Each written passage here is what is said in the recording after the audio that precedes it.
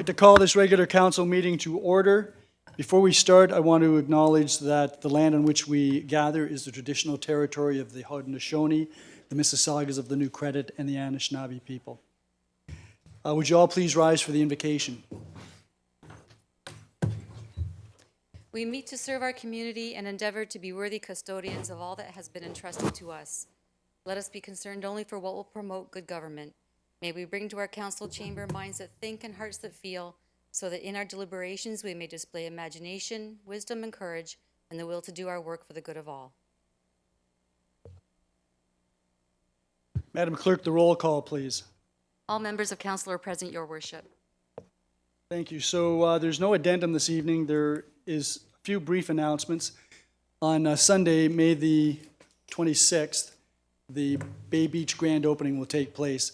The activities start at 7 in the morning if you're building a sandcastle, but the actual formal ceremonies start around 11:30 or thereabouts and continue on until about 3 o'clock. So there will be lots of activities going on, and it will be the opportunity for the public to get a good look at the new park at Bay Beach and all the work that's been done on that property since it was acquired. And I noticed that former councillor Rick Gorham is here.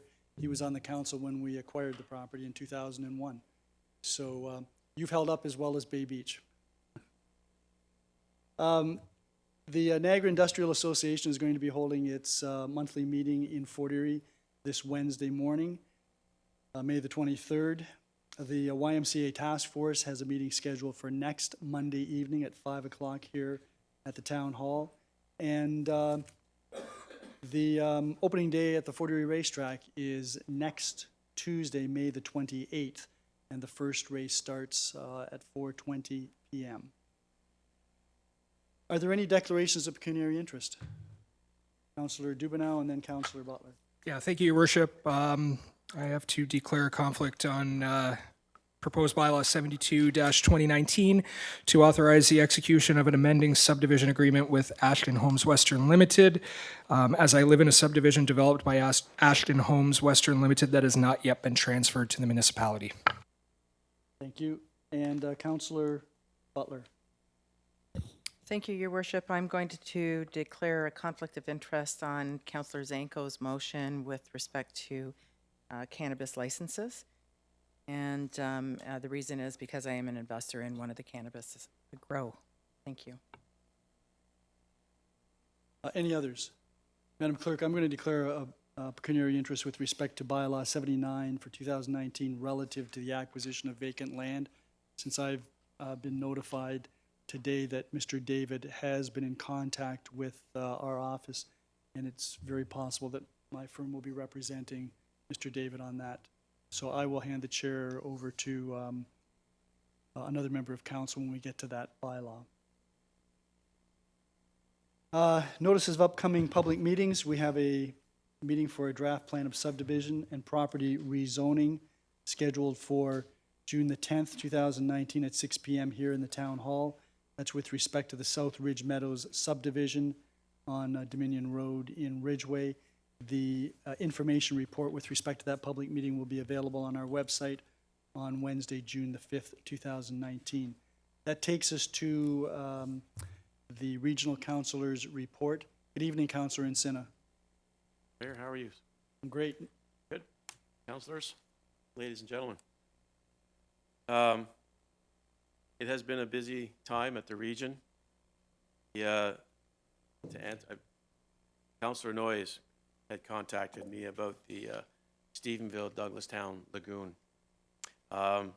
This lagoon, there is no intention for this lagoon right now to be decommissioned in the immediate future. They are going to have to, if that were the case, they would have to build a wastewater plant close enough to handle this area, whether it be huge pumps or actually a plant. That is not in the works right now. What they are going to do right now, and as work will be commencing very soon, the sludge will be removed, bank stabilization, and the curtain wall replacements to, I believe it's around $4 million, and that's supposed to start soon. With regards to the stoplight, at Netherby and Sodom or / Stephenville Road. The initial plan for the signal lights at that intersection had come to a bit of a stall after inquiring and going over with staff. What they're doing now is they're having to, how should I say this, redo the plans that they had. Right now, new signage was installed, and it is believed now that they're going to go back to the drawing board and planning for the inclusion of a left-hand turning lane. The design is currently underway, and it is hoped by this fall, and work will commence. As you can be aware, by changing the plans, it may change the funding. So we're going to start looking for some money in order to accomplish that and what's already there. The region is increasing the bus service for transportation from Niagara Falls to Fort Erie. This is part of the master plan to link all municipalities in the region. At our last council and the committee of the whole, the region has been requested by the city of Niagara Falls, St. Catharines, Welland, and Niagara-on-the-Lake to take over control of the Niagara District Airport and the Niagara Central Dorothy Rungling Airport. I had requested that this item be pulled from committee minutes, and so it could be addressed and that a discussion could be had.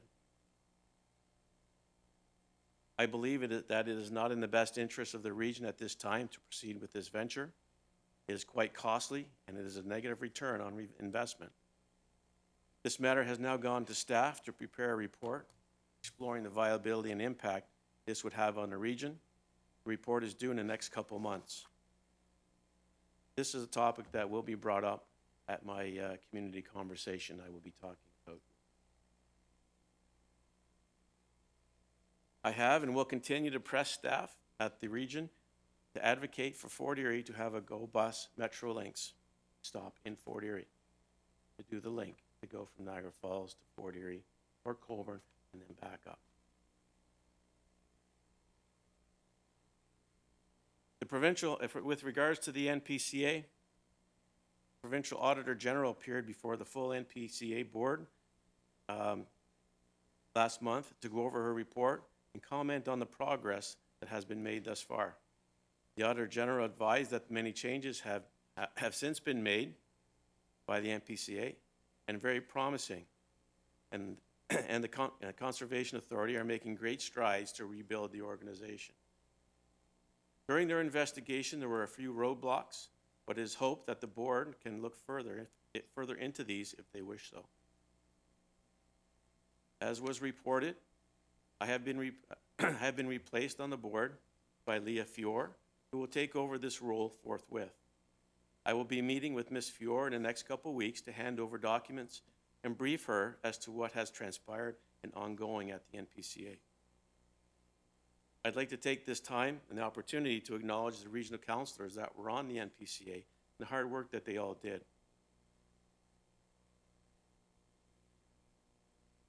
The authority has come a long way from the time that I first started with them.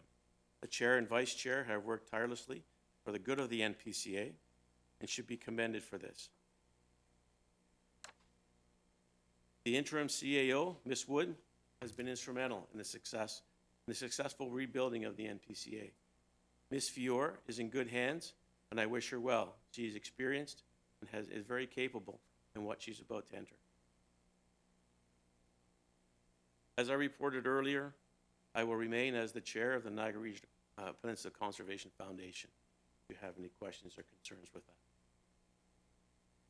On May 11th, regional councillors gathered to go through the process of developing a strategic plan for this term. A new mission and vision were drafted, as it had not been updated since 2005. These statements will be brought forward to the full council in June for approval. It was a full day of dealing with the many issues that all need attention, but had to be prioritized down to a few. Having worked through the process, the main emphasis was on affordable housing, a complete community, and transportation. The plan is scheduled to come to council in June. As I referred to earlier, tomorrow, May 22nd, I will be holding my first community conversation at Fort Erie Golf Course from 9 to 11. Everyone is welcome. If you're free and have some time, drop in. I'm buying the coffee. I am open to all suggestions and comments regarding the region. Our community is rich in with educated and experienced people, and it is hoped that I can learn from those who would like to share. As I said, if you would like a cup of coffee, drop in. Thank you, Mr. Mayor. Thank you very much, Councillor Encina. Any questions by members of council? You've done a thorough job. Thank you. That takes us then to presentations and delegations, and I'm very pleased to say that we have an Ontario and an Eastern Canadian champion in the council chamber this evening. I'm referring, of course, to Maddie Nolan, a grade 12 student at Greater Fort Erie Secondary School, soon to study kinesiology in university. But she's not giving up gymnastics. She plans to coach little children and share with them the joy that she has had over the years. Maddie started gymnastics at age 3. She began to compete locally at age 7, and then regionally and provincially at age 9. She is strongest on the vault, but her favorite event is the floor exercise. It is not just about showing your skills, and it's not just one thing, but it requires skill in choreography, leaps, tumbling, strength, agility, balance, timing, all the skills in a good gymnast. Prior to the Ontario Championships this year in April in Windsor, Maddie competed as part of the Team Ontario squad at the California Grand Invitational meet in January in Anaheim, California, where she won gold in the vault and uneven bars, and finished 4th in floor exercise, 7th in beam, and 2nd in the all-round competition. Maddie's efforts helped claim the gold medal for Team Ontario. In Windsor, Maddie won the gold medal in vault, bronze medal in uneven bars, and came 4th in the floor exercise and 6th in beam to win the gold medal in the all-round competition at the Ontario Gymnastics Provincial Championship. Because Maddie won a gold medal in the Ontario Championships, she was invited to compete this month for Team Ontario in Prince Edward Island at the Eastern Canadian Championships. Despite the very strong competition, Maddie became this year's Eastern Canadian Gymnastics vault and floor champion, and also earned a bronze medal in beam and a 4th place in uneven bars to finish individually with a silver medal in the overall competition. Once again, Team Ontario won the gold medal.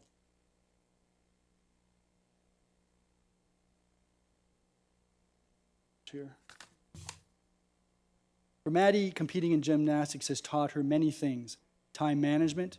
She juggles about 20 hours worth of training per week along with her schoolwork.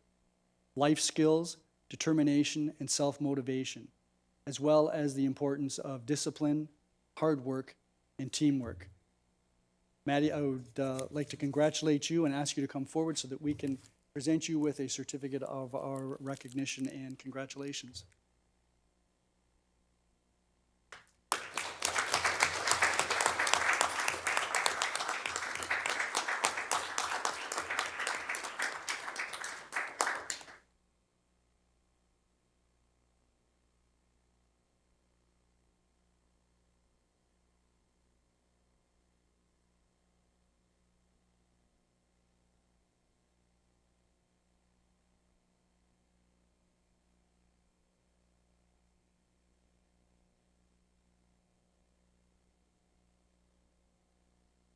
In gymnastics. Congratulations. Thank you.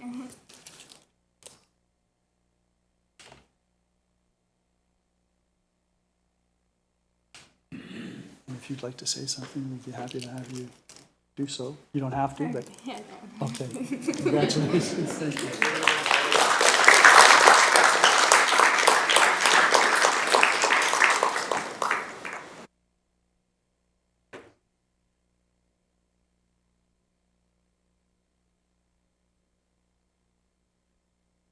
And you're most welcome to stay as long as you wish, but if you wish to leave, you're more than welcome to do so. But congratulations, and thank you for coming out.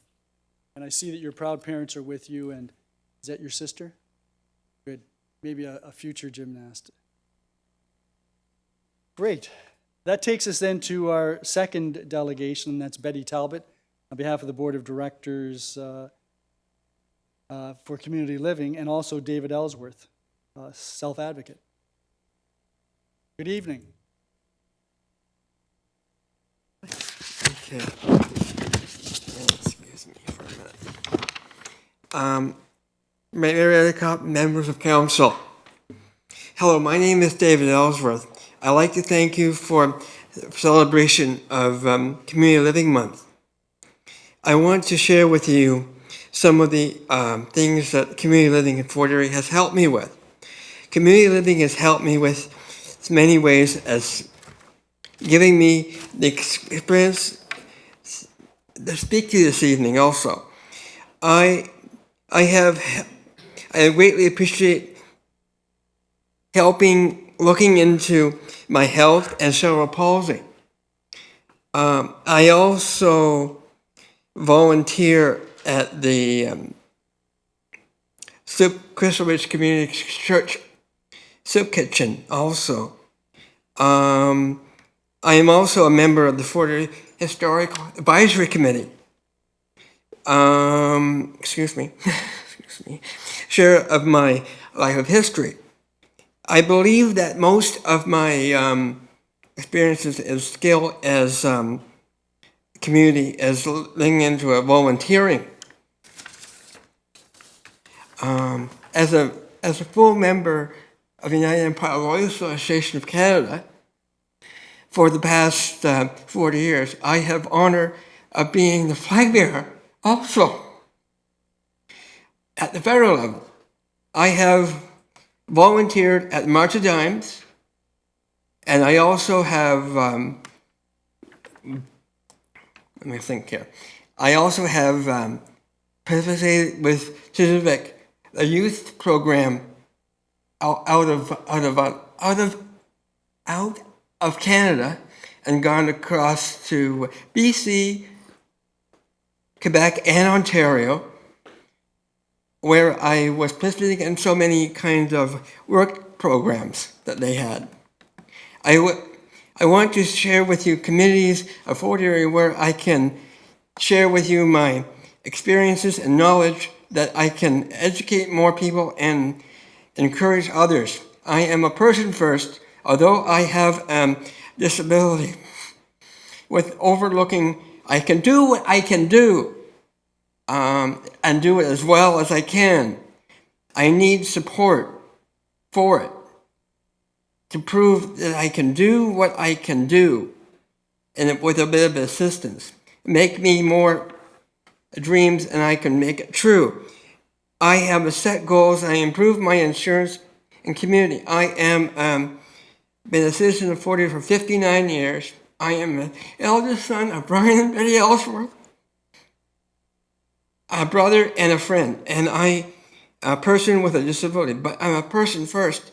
Thank you very much for letting me speak this evening, and I'd like to introduce you to Community Living Fort Erie Board of Director President Betty Talbot. Well done, David. Thank you. Mayor Redekop, members of Town Council, town staff, and fellow citizens of Fort Erie, thank you for allowing us to spend a few minutes updating you on some activities we're currently pursuing. I'm Betty Talbot, President of the Board of Directors for Community Living Fort Erie. For almost 2 years, Community Living Fort Erie and Community Living Port Colborne Wainfleet have shared an executive director. Recently, the boards of the two organizations met, and we've decided to explore the idea of an amalgamation. We feel that an amalgamated organization would build on the strengths of both. It would offer benefits to people supported, to their families and staff, benefits that would be achieved through efficiencies that come with having one organization rather than two. Initially, the new organization would focus on streamlining and increasing administrative capacity. The way that services are currently provided in each community will not change for the foreseeable future. We want things to stay the way they are. Amalgamation is a process that takes a long time and involves a number of steps. We will only be proceeding if all those steps are completed and if both boards and the members of the two organizations agree that amalgamating is in the best interests of both organizations. Our organization is dedicated to helping people live quality lives. We work in partnership with organizations and businesses in Fort Erie, so people with intellectual challenges are able to live as interdependently as desired and experience full inclusion in our community. Thank you for declaring May Community Living Month in the town of Fort Erie and flying our flag in acknowledgement. As always, we would like to encourage everyone in Fort Erie to celebrate Community Living Awareness Month by including someone with an intellectual challenge in community events and activities. Thank you very much for the opportunity to speak with you tonight and the support you continue to show for our organization. Thank you. Thank you very much, Betty and David. Excellent, and I know that we had a great day when the flag was put up, did. and it's been flying proudly there. Didn't rain on us this year. Didn't rain, no, which was unusual. But thank you very much, and David, you are indeed a person first. Now, are there any members of council that have any questions? Councillor Noyes. Thank you, Mayor Redekop, to the presenters both. Thank you for your wonderful presentation, both Mr. Ellsworth and Ms. Talbot. Has the funding been changed from the province at all? Have there been any cutbacks? A little, 4%? Think? Further question, and how is that going to affect your organization? We're looking for efficiencies. We're trying to see what we can do.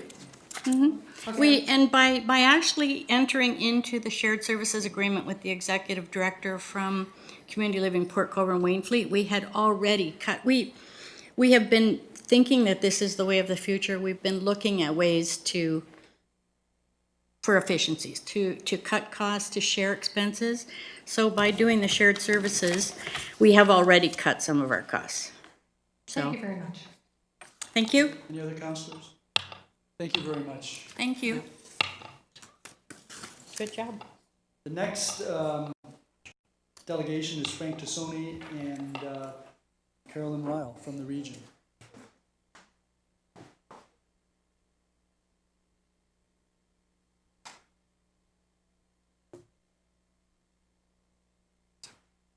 Frank Tassoni, yeah.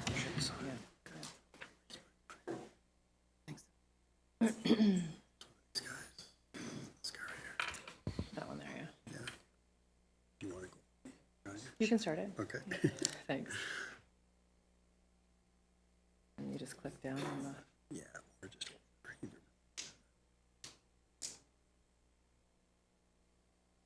How do you do it?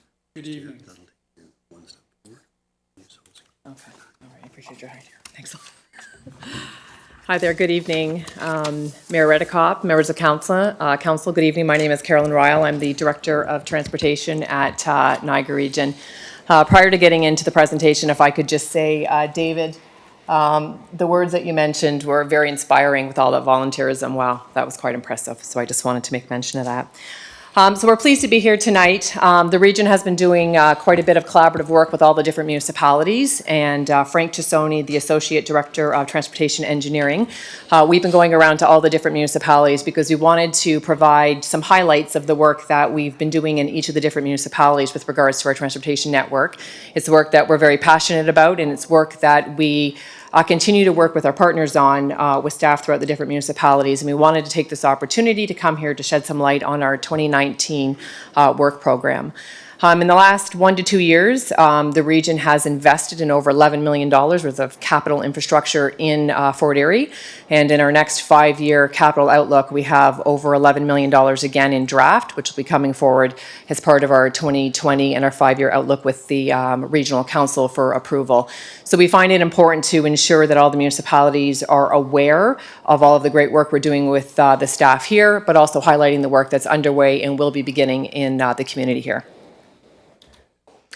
So again, the purpose of us coming tonight is just to give you our overview of our capital works program, which I'll turn over to Frank in a minute to do. And then just from a visionary perspective of where we're going from our transportation master plan. And again, projects that are underway with some special interest. We wanted to raise that here tonight. When we look at our capital roads and bridge program, they're broken down into 4 major categories. This is just for information. We look at obviously network expansion, which is new infrastructure, new road builds, widening of roads that we're bringing to the communities. We're looking at intersection improvements, very similar to what Regional Councillor Encina talked about with regards to working closely with hearing from the community, obviously our own assessments, and working with the municipality on how we can make some changes to some of those intersections to allow for a safer community with regards to those intersections. We look at our roads rehabilitation program as well as our structures. So we oversee major culverts and we look at bridges as well. So I'm now going to turn it over to Frank. Okay, Mayor Redekop, council, staff, and members of the community. Just wanted to run through what we have in our 5-year and 10-year program, and we'll save some time at the end for questions that you might have related to each project. So the first project that we'd like to highlight is a project that is currently under construction, which is the reconstruction of Regional Road 1 Dominion Road from Burley Road to Buffalo Road.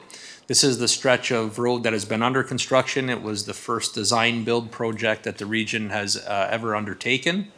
The project is proceeding well. We're looking to complete the bridge rehab and top asphalt by Q3 of 2019, and then that will complete the project.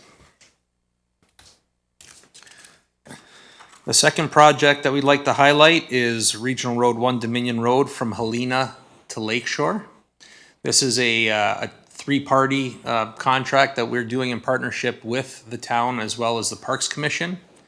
The project will include urbanization of Lakeshore Road, including sidewalk upgrades, drainage improvements, and the addition of a roundabout at the intersection of Lakeshore and Dominion.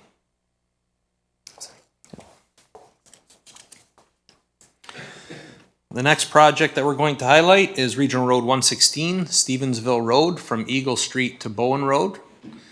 This is a section of road that is in poor condition and is in need of urbanization and drainage improvements. And we'll also be looking at lighting improvements for the area. But the big improvement here will be adding curb and gutter and the drainage improvements and urbanization of that section of road.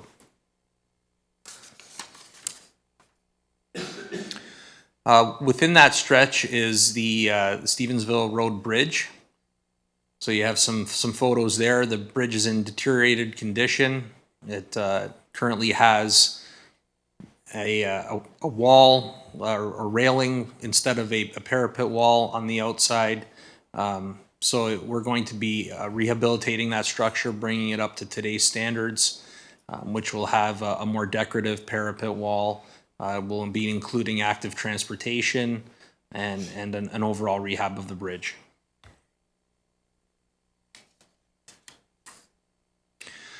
Okay, some controversial structures that you may or may not be aware of, depending on your tenure on council, is the fact that the Thompson Road bridges that carry the CN Railway over top of Thompson Road get hit several times due to the low headroom in the area.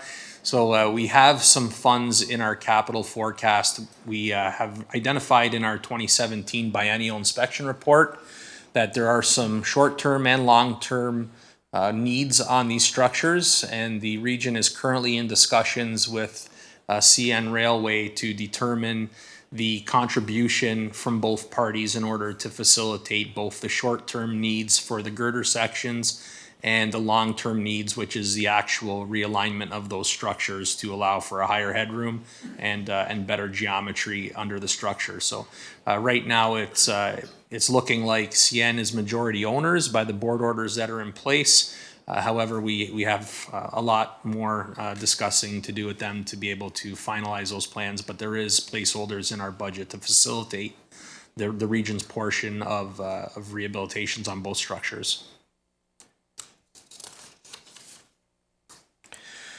Okay, the next highlight, which is in our 5 to 10 or 6 to 10 year forecast, is the reconstruction of Bowen Road between the QEW and Thompson Road. So many of you will be aware of the deteriorated nature of that road section and a very long stretch of road that needs to be upgraded. So the region does have this in our 6 to 10 year forecast, and we're going to be looking at some innovative methods for rehabilitation due to the length of the road section.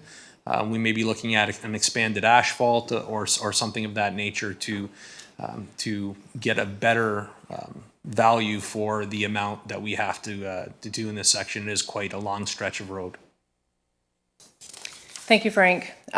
Just a couple things I wanted to make mention. There was a presentation to the Regions Committee of the Whole about a week ago where I highlighted a number of strategies or initiatives that have been highlighted out of our transportation master plan. So this was a holistic look at the 12 municipalities. And from a transportation perspective, what do we want to investigate and look into bringing into the region as we move forward with growth and density and just position ourselves globally from a transportation perspective and looking at it from that perspective. So a number of things on this slide talk about complete streets. So the TMPR Transportation Master Plan highlighted 6 different cross sections of how a road could exist from urban all the way up, or from urban all the way down to rural. And we right now have got an RFP that's going to be going out shortly to hire a consultant to bring them on board to discuss what would a typical cross-section look like from a complete streets. And what I mean by complete streets, for example, using an urban cross-section would be how the boulevards would look, how the furniture, the wayfinding, signage would look. So what the region is going to be doing is we're going to be hiring a consultant. We're going to be partnering with the municipalities on a set of criteria that will exist, that'll be consistent across regional roads. And we'll work with the municipalities in those areas that'd like to implement a number of the complete streets aspects that we'll work with them to implement through our capital program and in partnership with the municipalities. So this is a great step forward on how a lot of the different cross sections are going to start to look as we're rehabilitating and building the roads moving forward. So there's a lot of great work from staff currently underway with regards to this. And again, we'll be pulling the municipality, different representatives into it to be a part of what these aspects will look like. Regional wayfinding is another very large program. The intent is to look at, obviously, how we work with municipalities on proper wayfinding around significant, obviously, locations from the regional road aspect and how we're interconnecting that with the municipalities. And I'm aware that Fort Erie has done a wayfinding program that we're involved in, and we're currently reviewing.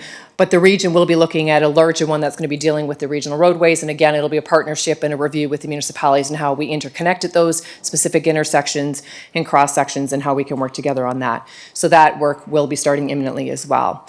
When we talk about safety initiatives, we right now are going to be going back to Public Works and to Council with a number of reports on starting doing a pilot around red light cameras, looking at community safety zones in the region, as well as automated speed enforcement. And we're classifying a lot of the safety initiatives under a program that we're bringing down to the region under Vision Zero. So these are a number of programs that have been rolled out across other jurisdictions. We have been partnering with about 15 other larger municipalities. A lot of the work is being led by MTO and City of Toronto, but it's understanding what's involved and looking to pilot and see if some of these can work here down in the Niagara region. So there will be a report coming forward, 3 reports actually to Public Works at the region very soon with regards to, again, the red light camera pilot program, and I've had conversations with Fort Erie around that as well. On automated speed enforcement and bringing a number of community safety zones into place just to pilot them to see how they work. And if we're successful, which we think we will be, rolling them out across all of the municipalities. So again, there's been great work that's been done by a huge amount of staff in looking into these different initiatives, understanding their value and trying to roll them out down here in the Niagara region. The Niagara Escarpment Crossing this is a general topic of conversation I've been having with all the municipalities, is obviously looking at the congestion on the QEW. What's relevant for Fort Erie is that myself, as well as other staff, have been working with the National Trade Corridor Fund, so the provincial and federal level of government. We've been working with a local MP, and we've submitted our Phase 1 $100 million ask for the Niagara-Hamilton Trade Corridor, which Phase phase one deals particularly with the QEW from Fort Erie all the way to Welland. So we've done our first submission. We're going back this week with a second submission, and again, Mayor Redekop, there'll be a report coming forward to Public Works in support, if we are successful, of the $90 to $100 million ask, what that looks like for the region and how we advance that work. This is a very, this has been a piece of work that's been underway for 20 plus years by many individuals, obviously looking at a redundant, an alternate route that will help with the economic prosperity of business and travel throughout the region due to obviously what we're dealing with the current QEW and the expansion that will take years to do. We are proactively looking into other ways to make the region accessible, and the first phase is between Fort Erie and Welland if we're successful. So I wanted to raise that here tonight.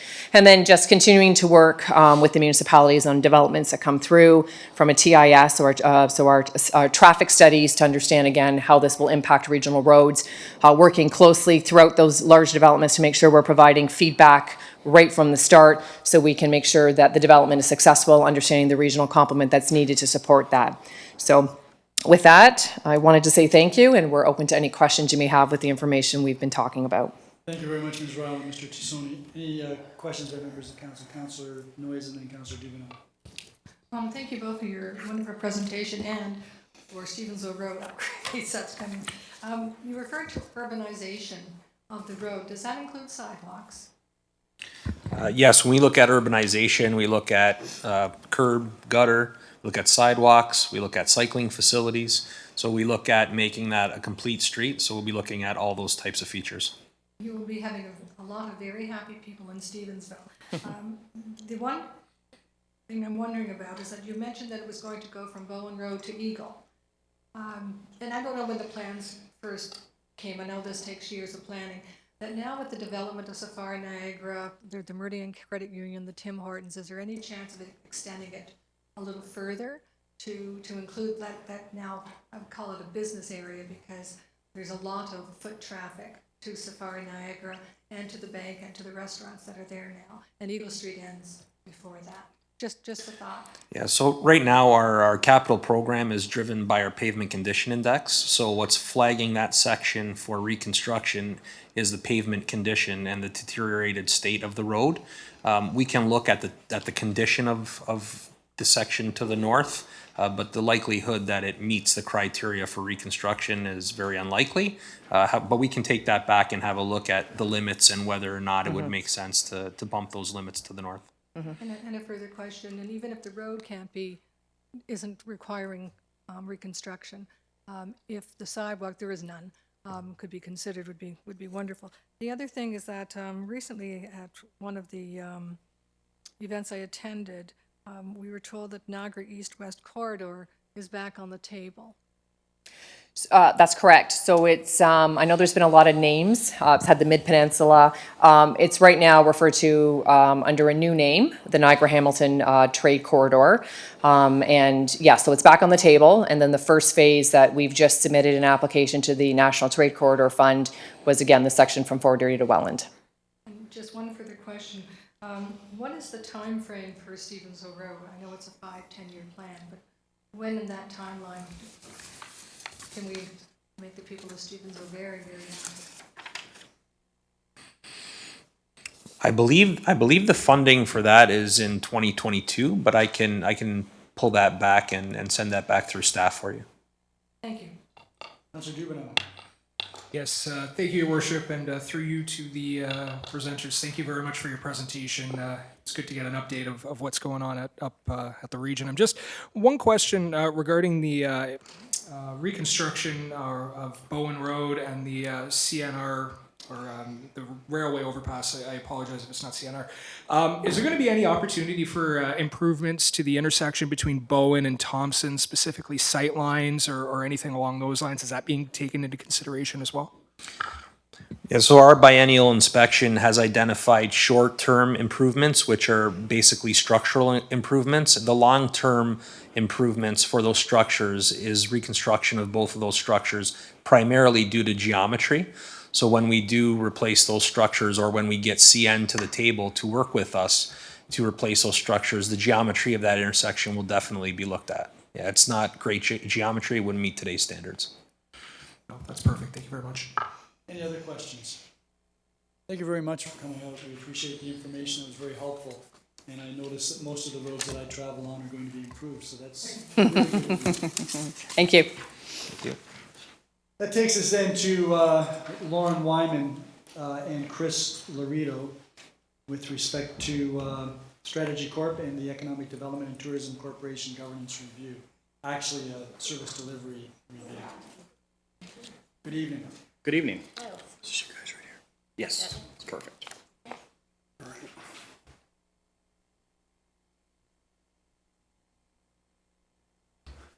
You know, Yeah. spacebar. If a consultant can't work a PowerPoint presentation, then it's not a consultant. Thank you very much, Your Worship, and it's a pleasure to be with Council this evening. My name's Chris Loretto. I am a principal at Strategy Corp, and this is my colleague Lauren Wyman. Both of us worked on the governance review of the Fort Erie Economic Development and Tourism Corporation. In terms of what council tasked the consultant to do, the elements of the scope of work are presented here on slide 2. Through the course of our work, we interviewed 25 stakeholders, including many sitting around this table here tonight. We reviewed 12 key governance documents that were provided to us by both the town and the Economic Development and Tourism Corporation. Also looked at best practice and current practice literature, both in terms of what models other municipalities in the province are using to deliver their economic development and tourism services, and then also to understand what is current practice or leading practice with respect to how organizations like the EDTC are governed. And so we were very pleased with the participation and the openness with which both staff here at the town provided in supporting our work, and also with representatives from the EDTC. So thank you very much. It made our work go very smoothly. We did this assignment in 3 parts. The first part is we did a bit of a current state review to understand what is the current lay of the land, what is the history that got council to the decision to retain us to undertake this governance review and to consider rescinding the MOU between the town and the Economic Development and Tourism Corporation. Once we understood the current state and how we got to that point, we undertook a bit of a review of the different models that are available to municipalities in the province to deliver these types of services. And once we had identified those and described those, we then took it, we evaluated and compared those different models against each other in order to arrive at a recommendation for your consideration tonight as to how what model is optimal for you to deliver your economic development and tourism services.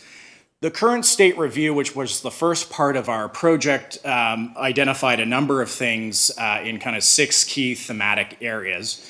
In terms of current mandate and scope, when we talked to stakeholders, there were varied perspectives on the EDTC's performance. However, there was a desire to make sure that the town had a one window available to those who are seeking to invest here, those who are already here seeking to grow their businesses. Strategic partnerships was another key theme. The EDTC, we uncovered through our work, plays an important role in a number of current relationships, including the Niagara Development Corridor Partnership Initiative and the Niagara Free Trade Zone initiative, including housing the staff for those initiatives and providing administrative support to those initiatives in exchange for it's a services contract that the EDTC has with those organizations. We found those interesting in that there are a number of other adjacent economic development opportunities that were co-located with the Economic Development and Tourism Corporation. From an operational and governance structure, we talked to all stakeholders. We looked seriously at the advantages and disadvantages of the various models, regardless of the model. everybody was pretty much unanimous in saying that there needs to be better collaboration between whether it's the EDTC or its successor, the town, the region, and other stakeholders, is fundamental to the success of economic development and tourism initiatives. From a board governance perspective, what we uncovered is that, stakeholders agreed that there is a need for some change in some of the governance policies, processes, and practices of the EDTC. We would concur with that. Some of the practices are dated, or some of the elements that are in place are very basic, and there's opportunity to improve there. Governing documents, there is opportunity, particularly if council accepts our recommendation, to go for greater detail and greater clarity around various governance elements and accountability requirements in a new MOA between the town and the EDTC. And lastly, with respect to performance, performance was in the eye of the beholder is the way I would describe it.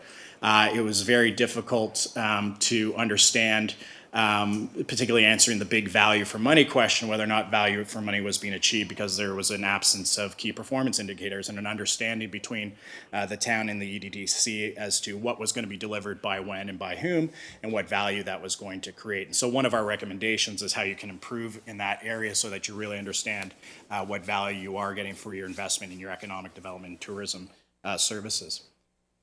So from the current state review, what we did next was we looked at various models that are in practice across the province for the delivery of these types of services. We narrowed it down to 3, and there are variations on all these 3. There is no one pure model out there, I think it's fair to say. But the first is that, oftentimes in most municipalities across the province, this type of function is delivered by a unit or division within the municipality itself. There is an opportunity to deliver these services through a municipal services corporation that is set up under the Municipal Act. And then thirdly, what you have currently is an external agency that is contracted in order to deliver the services on behalf of a municipality. What we find in most cases, as I said, is the internal model, but there are a number of municipalities across the province that do use the external agency model, like you do here in Fort Erie. So we looked at these 3 models, worked them up, described the differences amongst them, and looked at assessing them based on a number of criteria which are listed here on the slide. So we were looking at, let's assess these in terms of ease and speed of implementation. What is least disruptive to ensure the continuity of economic development tourism services for the town. We looked at it in terms of cost impact, what model would least strain the town's resources, including time, personnel, and financial commitment. We looked at accountability, so what model delivers on the town's required or expected responsibilities for economic development tourism services. We looked at transparency, what model facilitates trust amongst stakeholders. Peer precedent, so what do municipalities like Fort Erie, what kind of model do they employ for their economic development tourism services? Commercial sensitivity, which model supports management and appropriate confidentiality of commercial interests as they evolve and begin to develop in your backyard? And lastly, operational agility, which model is sufficiently flexible to act on the kind of economic development tourism opportunities that can come to this municipality. So we use these criteria looking at those 3 models, and the assessment we came to is that across the 3 models, no one ranked as truly ahead of another, and so that led us to an assessment to say, well, with the current model, there isn't enough to say for us to advise you to move from the current model to another model, whether it's a municipal services corporation model or to move to an internal model. There are elements of the current model that can be fixed, can be enhanced, can be improved. And so it probably makes sense to give this one more try with some of the improvements that we're recommending, as opposed to moving to another model. At this point in time, there wasn't enough of a difference in terms of how we assessed the models to say it made sense to move away and to look at another model. This is important because I think You have an existing apparatus. The time it would undertake to unwind that infrastructure that you do have can be disrupted to the delivery of economic development and tourism services. It's not saying it's impossible, but we just don't see that as being a necessary disruption at this point in time. If there are improvements to the accountability elements that are inherent in the MOU between the town and the EDTC, and if there are also improvements made to how the organization governs itself and also how the organization plans and discloses its plans and gets alignment on its plans from the town itself. So based on that assessment, we came up with a number of recommendations which we think are really important if the town does decide to renegotiate the memorandum of agreement with the Economic Development and Tourism Corporation. The first is that the MOU should be very clear in its description of the scope of services for economic development and tourism that it is to provide to the town. The documents have evolved over time. They were more specific in the beginning, became more generic in the end before you got to this point. And it wasn't clear in those documents from our perspective what it is you were contracting them to deliver other than economic development, and tourism always seems to be an add-on. The second is that there should be a requirement for the organization to develop a 3-year strategic plan with key strategic directions, initiatives, and key performance indicators on those initiatives and on those directions that comes to council and is approved by town council. That is basically should be the basis of the services that they deliver for you. It also allows you to engage in a dialogue as to what's important for the economic development and tourism services evolution in the municipality. The preparation and presentation of an annual comprehensive budget request linked to that 3-year strategic plan. So instead of just getting a budget request and trying to figure out, whether or not last year they delivered and whether or not this year they're going to deliver, what are the priorities this year versus last year, how are they changing in the environment. Having a budget ask actually linked to a strategy is absolutely fundamental to ensuring not only better accountability, but better ability to measure whether or not you're getting value for money for your investment. A quarterly reporting program whereby the chair and the general manager of the EDTC provide a formal presentation to town council. It's encouraging to see folks from the region of Niagara here presenting to you on their plans and priorities and checking in with you as they develop those. That's not always the case in all regional municipality setups. I think the same expectation should be had of your Economic Development and Tourism Corporation, and that the key leadership are here on a quarterly basis to tell you how things are going. How are things progressing against the strategic plan? How are things progressing against the budgeted priorities that we set? And so that you can get that level of information exchange and ask the questions you need to ask to make sure that you are indeed getting the services that you're contracted for. Another recommendation is a requirement for the EDTC to disclose to the town any material contractual agreements for services that it may enter into. The truth of the situation is you are their largest client, but they do have the ability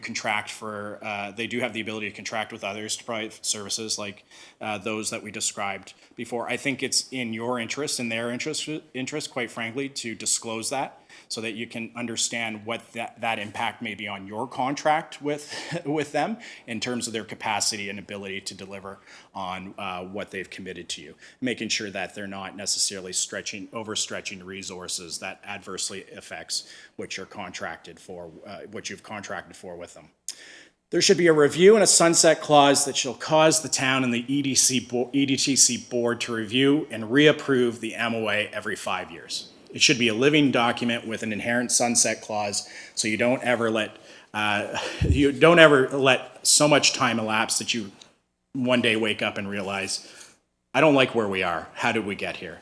So having that conversation every 5 years, understanding what has been achieved and perhaps what can be improved or what can be achieved going forward, or if the model is still working for you, is absolutely important. No contract should have an indefinite period of time attached to it. It should be under review over an appropriate course of, over appropriate number of years. A requirement for the EDTC Board of Directors to update their bylaws. They're very out of date. We make some specific recommendations as to how those can be improved. A number of areas where term limits for board positions, ensuring that there's greater clarity as to what a member is in the corporation, what their rights and responsibilities as members are, who gets to vote, how somebody becomes a member. There are a number of things that are enumerated in the report that should be fundamental to your renegotiation with them, and those things need to be put in place in order to ensure that they're up to current practice and beginning to look to leading practices in terms of how they govern themselves. All bylaws established by the EDTC should be published in public on their website. The board of directors should develop, consult with the town, and approve board governance policies for the corporation, and those should be disclosed publicly as well. The implementations of the policies that are recommended by us in the report should be developed and approved over time periods so as not to unnecessarily constrain the resources of EDTC. We're not asking you to drown them in paperwork and policy work over the next year, but the MOU should make clear, or an addendum to the MOU should make clear, the time frame under which they should be implementing the recommendations we have in the report. So with that, those are our recommendations. We believe that the current model is salvageable with appropriate changes to it, and you'll have a better sense as to whether or not that model's working for you and if it's delivering value for taxpayers' money. Thank you very much, sir. I'm sure there's going to be some questions. Yes, so yes. We came prepared. if you get tired, ask to have a seat. I'm going to start with Councillor Butler, and then I'll go to Councillor Noyes. Thank you, Your Worship, and thank you for your presentation this evening. The report was very fulsome, but I do have some questions with respect to your presentation. Yes. You keep mentioning 3 years, but we serve as a 4-year term. Most of our committees are 4 years. Wouldn't it make more sense to have a 4-year term as opposed to a 3-year so that it fits with new councils, as if we still have a council? But as it goes on a 4-year term, wouldn't that be more prudent, I think, so that you're not losing that knowledge base every 3 years? No, absolutely, Councillor, and it's a point well taken. And as orthodox strategic planners, we tend to think in 3 years, but 4 years is appropriate too, and to match the council term, I think, is entirely appropriate. Thank you, and if I may, Your Worship, I have a few more questions. With respect to measurables, I know that when I write a strategic plan, I have to have pivot points because not everything that we think is going to happen actually does in an economic, especially when there's peaks and valleys. So I didn't see any recommendations with respect to those pivot points anywhere in the strategic plan. Can you? So where those pivot points should be happening is actually at the obviously work will go into it, but at those quarterly check-ins with the chair and the general manager here at council, that's an opportunity for them to report and say, here's what's working, here's where we're on track, here's where we're a little bit behind, but we're confident that we're going to be able to get there, and here's where circumstances have changed on us. And we may need to rethink whether or not we continue to invest scarce resources in advancing this particular initiative or this particular direction. What has been missing is, and I appreciate that there are 2 councillors who sit on the board, but you're very busy people. You can't be expected to remember everything, and you don't necessarily always have the time here to share what you're learning at the board level. Is to ensure that there is that regular cadence of dialogue between the corporation and the town itself, so that you have an opportunity to consider those things. And so you're not waiting a year to find out if things are working or not. You know, going into the next budget cycle, what's working and where we may need to pivot, both in terms of the strategy, but also how we fund that strategy. And so you can have a more informed, more strategic conversation, quite frankly, at budget time. Just to engage you a little bit more with respect to that direction, then if they are going to be presenting on a quarterly basis, there are obviously some confidentiality points that can't be discussed. How do you suggest that they handle those? Well, I think it's if there are things that are confidential that they can't just share at the moment, they're going to have to use their judgment in terms of what they are able what they are able to present. I think that's where it is useful to have a couple counselors at the table, and I know you're under the same kind of non-disclosure as board members. Your fiduciary responsibility is to the corporation and not necessarily in your roles as counselors, but that's why from a governance perspective it's important to have the town actually sitting at the table so you're made aware of those things. Eventually, should something materialize, it probably becomes public and it should be brought into a public forum like this. But I would really make sure that we're focusing in on the things that are important to the delivery of the strategy, progress against budget, and then things that council and you can work through staff to identify things you may want them to report on. So that there is, you're not winging it, or there's almost a standard agenda every time that they do come to council on the things that they're going to report on. The scorecard or the performance dashboard would be first and foremost in my mind if I was in your shoes, and then to talk about some of the strategic issues and what's working, not working, where do we maybe need to pull up our socks or maybe just abandon ship would be part of that discussion. So structuring that dialogue on a quarterly basis is going to be important. Maintaining the confidentiality is going to be important. At some point, though, that will probably become public if it goes, but they're going to have to exercise some discretion. And then two last questions, Your Worship. So you mentioned a refresher every 5 years, and going back to my point that we circle around every 4, so it might be more prudent for us to adopt a 4-year refresher point as opposed to a 5-year? I think there is something to be said for not jamming too much into a transition year of council. I think council, particularly, if you're all the same folks in 4 years and you know very well where they're going, that's one situation. But where you do have turnover, it may take a year to really understand what was the previous strategy, where were we going. Let's put the strategy in place first.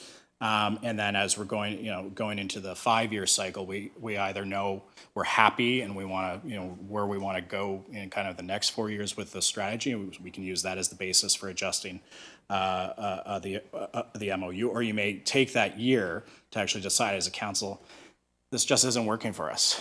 And so we need to put plans in place to either renegotiate something that is a better deal, or put in place the processes we need to actually to use a new model for the delivery of these services. So I think that year adjustment period probably makes a lot of sense. So I would think keep to the 5 years. That sounds like good advice. The last question that I have is respect to the update of the bylaws that they have in place and the governance models. Yeah. So there is a cost involved in that. It's very time consuming. Mm-hmm. And if everybody has a busy schedule, what's your best suggestion to be able to expense that out, and whether it should be contracted services? I think it's going to be important to you to talk to the EDC about what internal capacity they may have. You may very well have to use contracted services. A lot of the things that we're suggesting, there are templates and models out there to be leveraged, and so you're not necessarily creating something from scratch. But you do want somebody who's kind of very, who's well practiced in governance, what's current practice, what's leading practice, to advise them in order to get there. So it may be an expenditure on an external resource, but I think it should pay off because it's absolutely fundamental to making the model work. In terms of the staging of things, I think they really have to focus in initially on fixing the board and terms, representation, voting methods. There are a number of recommendations in the report that I think are fundamental, and that will be critical because once they sort that out, the board should be leading a lot of the other changes that are required to modernize their practices. Thank you. Councillor Noyes. Thank you, Mayor. Through to the delegation, thank you for your presentation. I'm going to ask a few questions in regards to your executive summary number 5 of 6. And I'm looking at your scoring there, 18 out of 28 and 20 out of 28 for the external and 18 for the internal. And when you're talking about commercial sensitivity, and throughout the document talks about that it's external, there's more confidentiality, people aren't worried so much. I would think the opposite, but I'm wondering, what are the consequences in an external organization if they should break confidentiality? So I'm not a lawyer, but there would be legal consequences, and it depends on whether or not, typically the party would tell them that they want this to be maintained as commercially sensitive. And may even ask the organization to sign non-disclosure agreements in order to do that. So breaking those things can be fairly serious, and they can open themselves up to lawsuit. But I do want to reframe it in this way. It's not so much about keeping secrets from the town. It's about engaging with an interest until they're ready to go public. They may be so early in their thinking about what the investment opportunity is here that they're not quite ready to share it with government. And rightly or wrongly, sometimes people are worried about where that information is going to go in government. And we've heard it from stakeholders throughout the process, and I think we bought the argument that there is a certain level, the arm's length nature of the EDTC can provide some comfort to commercial interests that their interests won't go public prematurely. And they're, you are, under statute, subject to certain things that the EDTC isn't. But it's not for the purposes of keeping a secret forever. It's for the purposes of thinking things through before somebody's ready to say, you know what, ready to take this to the town to seek whatever planning or other approvals we may need in order to make this project or make this investment a reality. If I can continue, considering that answer and looking at your, best way I can describe it actually is someone else came up with the Pac-Man scenario there where you have, some of it full, some of it They're Harvey empty. Balds, and they're very popular with consultants. Okay. Is that you're giving the external framework a full circle, and you're giving an internal a half a circle. And I'm wondering, with all the rules and regulations that the Municipal Act has on council, within our own policies and procedures, and all the consequences if we should, leak confidential information or divulge information we shouldn't, I don't understand how we would be less trustworthy in an internal EDTC than an external. I don't think the issue is trustworthiness. I think the issue is from a an interested stakeholder's perspective, whether it's an existing local business that may have expansion plans or an organization outside the community looking to invest in the community, that they'll want to bounce things off and get a lay of the land that they've, rightly or wrongly, they would feel would open them up to potentially things going public before they're ready for things to go public if they had to deal with a public administration. So it's not an issue of trustworthiness. I think it's an issue of comfort on the part of those commercial interests who are just saying, we want to kick the tires here, but we don't want to get anybody's hopes up. We don't want to unnecessarily step on something that triggers a legislatively required process that we're just not ready or interested in going down right now. So it's not trustworthy. Please don't think it's that. I think it's a comfort level on behalf of folks that are looking to expand here or invest here, that the arm's length nature of the EDTC or in the Municipal Services Corporation example provides a level of comfort they don't feel like they get if they have to go directly to the town. Thank you for that explanation. Another question I have on the same page, so to speak, is that you were talking about peer precedent, and you've equaled internal and external as being the same. Again, somewhere in your document, it was a lot of pages, is not 90% of the EDTCs and municipalities not internal? Correct. And I think the assessment is a little bit more nuanced than just the sheer 90-10. It's also what do municipalities that are roughly of the same size and kind of nature as Fort Erie, what kind of models do they deploy? And is any one more successful than the other? And quite frankly, the literature is mixed. It really does come down to the quality of the people, the quality of the processes you have in place that make it affected. But I believe there are organizations, and I'll defer to Lauren, but like Elliott Lake and a number of other communities which have external organizations delivering their economic development services, and they seem to be working quite well. So it was a mix of factors that led us to say it's not just the fact that 90% of municipalities are. We don't know if 90% of municipalities are right.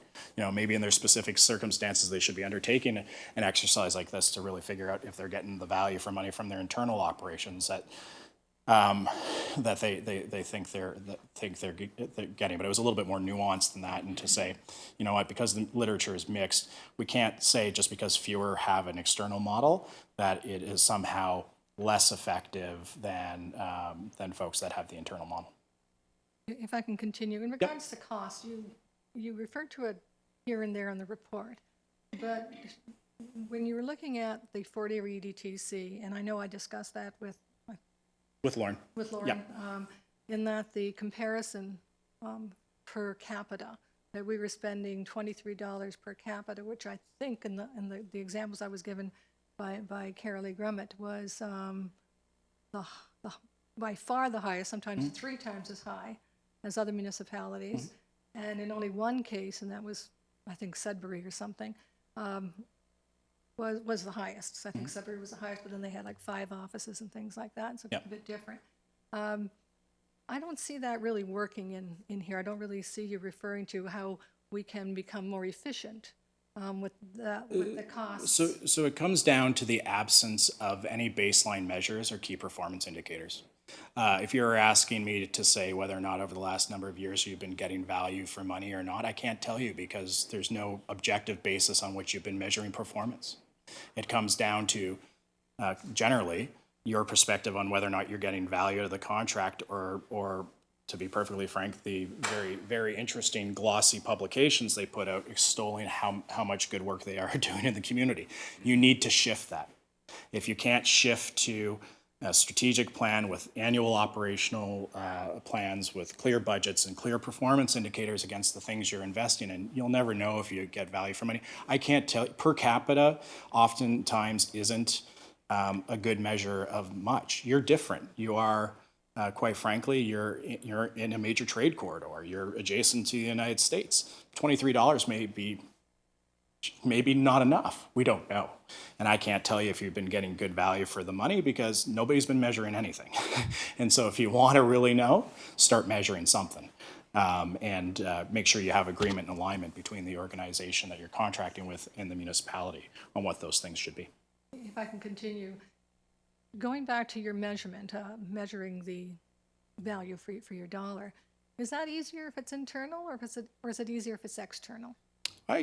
To be perfectly honest, I think it's easier if it's external because you can actually enshrine those in contracts. If you wanted to, you could take the step of enshrining certain things in the MOA. I wouldn't suggest that because it does limit some flexibility. To Councillor Butler's point, that there may be some pivots and that are required over time against a strategy, and you don't want to have to open up the MOA every 18 months because circumstances have changed. But you certainly have that. You know, we are contracting you like you contracted with us to do a certain assignment, and you will be the judge as to whether or not, based on what the scope of work is and clear performance measures, as to whether or not we're living up to that.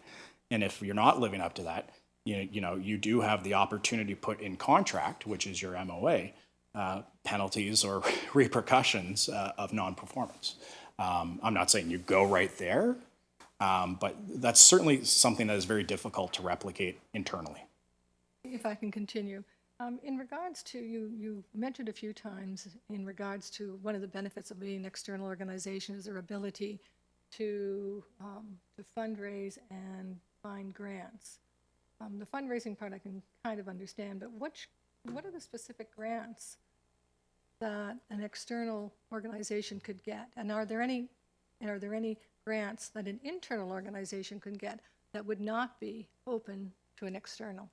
I'm not too sure about the latter because I'm not aware of a specific program that would explicitly exclude an economic development corporation from being applied, as the trusted contractor or the only contractor on behalf of a municipality. Because of their not-for-profit status, there may be economic development or other programs for which a municipality may not be eligible because it's a public body, whereas a not-for-profit would be eligible. And I forget the one example that. The Canada Invest Community Infrastructure Fund is currently a grant program being administered by the NDCI through applied for and administered through the EDTC. So it's an example of where it can go. And for that example, if the EDTC was in-house, we wouldn't be able to apply for that fund. As I understand it now, yeah. Okay, thank you. Further on, I noticed all your contacts and your 25 stakeholders.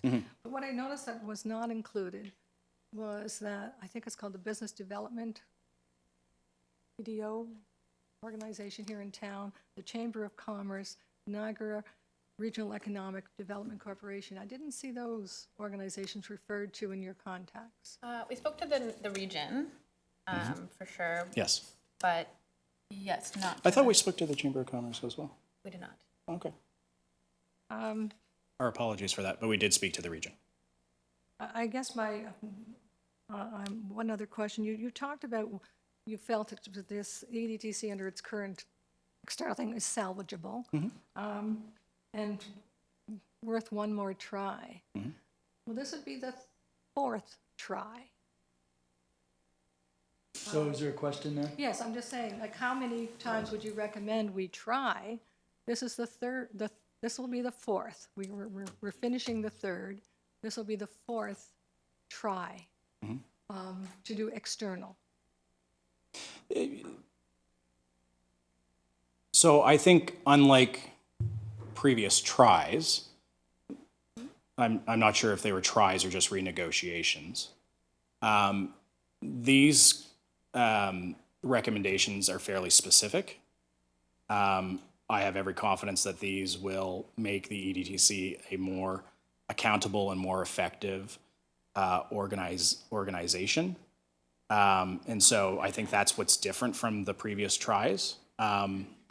No disrespect to previous folks who have sat in your chair, but it seemed to be driven one way, particularly when the MOA was really watered down in 2007. I think you've finally put your foot down and said, we're not going to operate in that manner anymore, and we're actually going to modernize our relationship with the EDTC. And what we say very clearly in the report, some may say it's fine print, but it's right with the recommendations, is if these things are refused by the EDTC, then you're going to have to probably go to an internal model. So if the EDTC won't play ball on this basis, then you take your ball and take it to another ballpark. On that note, I'll say thank you for your time. Councillor Luberts, and then Councillor Dubineau. You have your hand up. Yes, thank you very much, Mayor Redekop. Yeah, I got a series of questions here, but just to get started, you said that you did speak with the region, Yes. and can you give us a report on your findings with them, like you did with the other people that you interviewed? So we didn't report on each stakeholder's perspective. What the agreement we had going in with stakeholders when we were interviewing them was that we would it'd be non-attributable and confidential, so that people would be candid with us. And so their feedback and everybody's feedback was boiled up to a thematic and summary level, which was presented in the report. So we're not going to hear from the region, is that what you're saying? I don't, it's in term, hearing from the region in terms of what, Councillor? Same thing as what you did here with your interviews. You interviewed and then you brought. We did speak to the region, but we did not report we did not provide a detailed report on what each and every one of the 25 interviewees, of which they were one, disclosed to us. And the purpose for that was to ensure that folks felt comfortable in being candid with us about their views around the Economic Development Tourism Corporation and its relationship with the town. Okay, all right, I'm gonna try to keep everybody on page here. It's page 35 of the draft. I'm very encouraged that everybody read And this, so this page is very good. 41 of 60 on our iPad. And you list, it's the Municipal Services Corporation model is at the top, the delivery model. Mhm. And it says that there's typical disadvantages,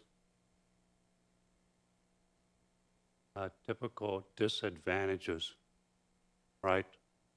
And one of the disadvantages is that they're open to the freedom of information. And why would freedom of information be a disadvantage? It goes back to the perspective around whether stakeholder comfort and giving them that comfort. It's not so much, I don't even think it gets to the point where folks actually disclose information. It's even the possibility that somehow their information could be solicited through the FOI process that would cause them to not engage in the first place. So it's not to say that having information that is provided to a public body not be disclosed, because it should. But what we heard from stakeholders, and I think not for everybody, but I think for certain interests, they're right. It can cause a chilling effect and cause folks not to want to engage in the first place for fear that what could be for them a seemingly innocent exchange of information or inquiry with a public body actually becomes public, usually around competitors who may have an interest, a rival interest. So it's not to say that freedom of information and the disclosure of information that's in the hands of a public body isn't appropriate. It's more about the effect it causes for folks to say, you know what, maybe I'll go somewhere else or think twice about raising this economic development possibility with the town, which then ends up representing an opportunity that is potentially lost to the town. Thank you very much, but that kind of confuses me now a little bit, because you said earlier that 90% of the economic development offices are internal to municipalities. Mm-hmm. So with that explanation, it only leads me to believe that 90% of the municipalities are at a disadvantage because they're open. The business people that come to their municipalities are subject to freedom of information, or the things that they're doing. No, I don't. That's not what I'm saying, Councillor. What I'm saying is, for an external economic development interest, it may have a chilling effect as to whether or not they come forward with the opportunity. I'm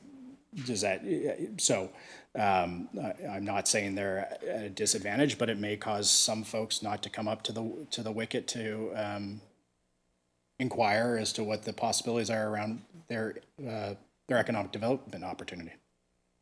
Yes, I understand that, but Yeah. What I'm reading here is 90% of the municipalities are putting themselves at a disadvantage because, Councilor, you've already asked that question. It's Is that already been not right? responded to.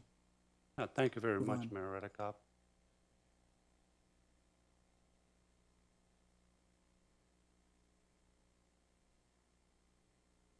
I'm on page 46 of 60. It's page 41 of the draft for discussion. And it's the graph that you kind of put together It's with the assessment summary. yeah, the Okay. summary. Just want to make sure we're on the right page. Yeah. And This one? at the top, you have the ease and speed of implementation. And then you give the three different Pac-Man icons. Yep. And when I went through the report, I should let you know, I think I figured out the point system.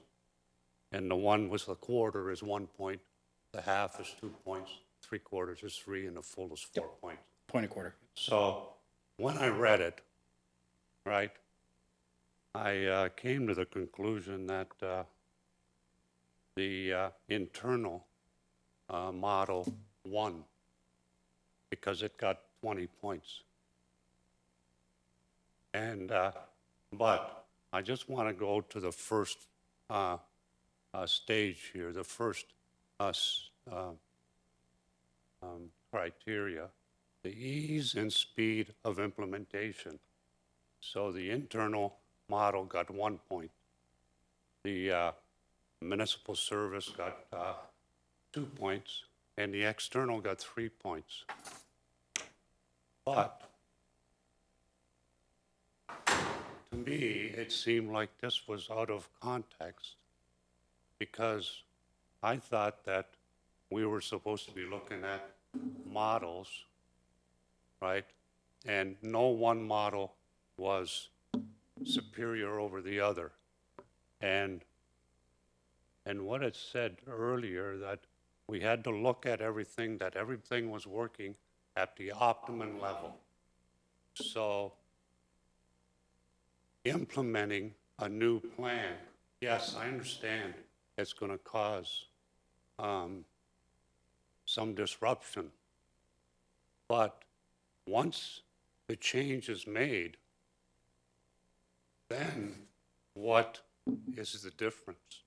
And I would think that this shouldn't even be in here. No, and it's an astute point, Counselor, because we wrestled with the same thing. And what we determined is we can't ignore the fact, in this instance, on this criterion, that there is an existing operation.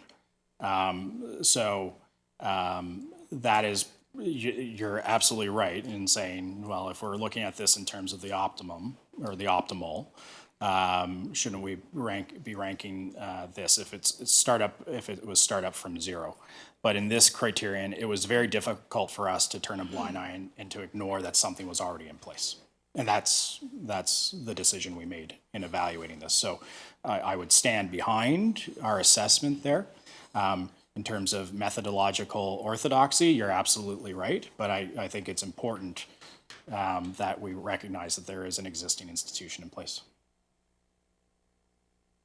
So I guess I can take from that even when we make the change, you're still going to be, because you're an internal organization, you're still only getting 1 point, even though you're operating as an internal.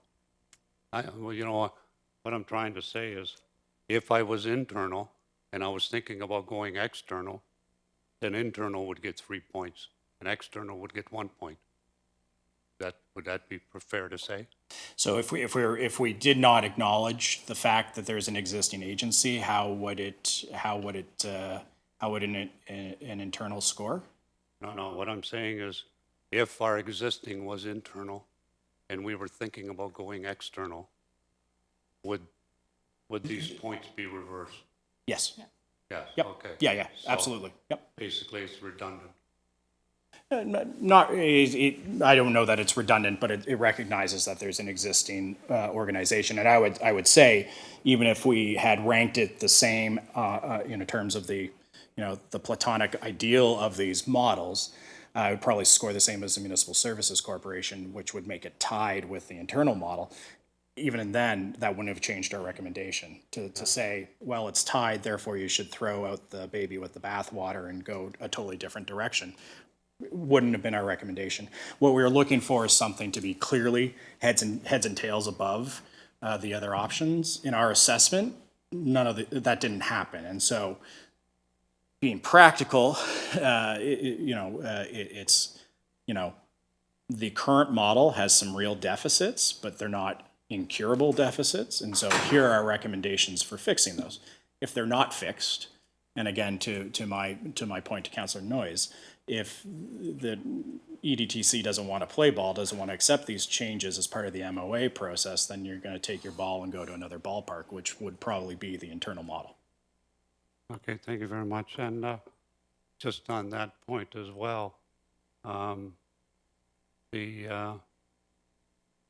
a little confused as to the report and what came out of the report, right? And it was my impression from when we started this process that we would engage a consulting firm to give us the options that would be available, right, for our economic development delivery in the town of Yep. Fort Erie. But when I'm looking at your report, I have to come to the conclusion that you're recommending that we go with an external, an external model. And I'm confused. It wasn't my perception that that was the scope of your consultation. I thought we were going to get the options. Yeah, You did give us 3 different options, but you're recommending one of them, and you're not recommending any of the other ones. Correct. We were scoped to provide a recommendation. I'll have to look into that.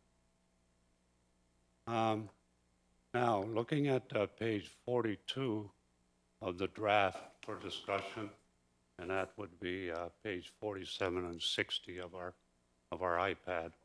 And what's the title of this slide, Council? Assessment results, internal division. Okay, thank you.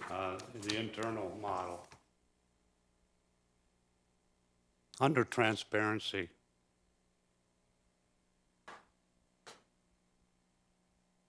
it said that there's a general perception amongst those interviewed that there is less opportunity for decisions to be made that favor some businesses over another in this model. And I guess my question is, did you base your recommendation on perception? Because, I mean, we can't make our decisions on perception. No. I think what we're reflecting is the perception shared with us through the stakeholder interviews as to whether or not a municipality, an internal model, would be willing to get involved to the extent that they could be creating a real or perceived conflict of interest or bias in favor of one commercial interest over the other. And so we're And just you saying figure that would happen if it was internal? there is a perception, we're saying. We're not saying that would or would not happen if it was internal. Would that perception be equally weighted in an external model? Weighted in terms of, Well, would it not be equally as possible in an question is- external model? yeah. Did the people that you interview have a similar perception with respect to an external model? That's the question. They did to this point. They felt that when we're speaking to businesses that, for lack of a term, are born and bred in Fort Erie, they felt that the EDTC spent too much time chasing the big external fish as opposed to supporting local businesses. On the straight up question as to whether or not the EDTC would play favorites, it was not, other than that general sentiment, it was not raised. I think the worry is that in this, if I could characterize it this way, there was a sentiment that, listen, the municipality has to be above board and would not be in a best position to say, yeah, this is a good idea or not a good idea. We're gonna just let the idea, you run with it. So as not to frustrate others who may have a similar interest. Continue on, Councilor Lubert. Yes, thank you very much, Mayor Redekop.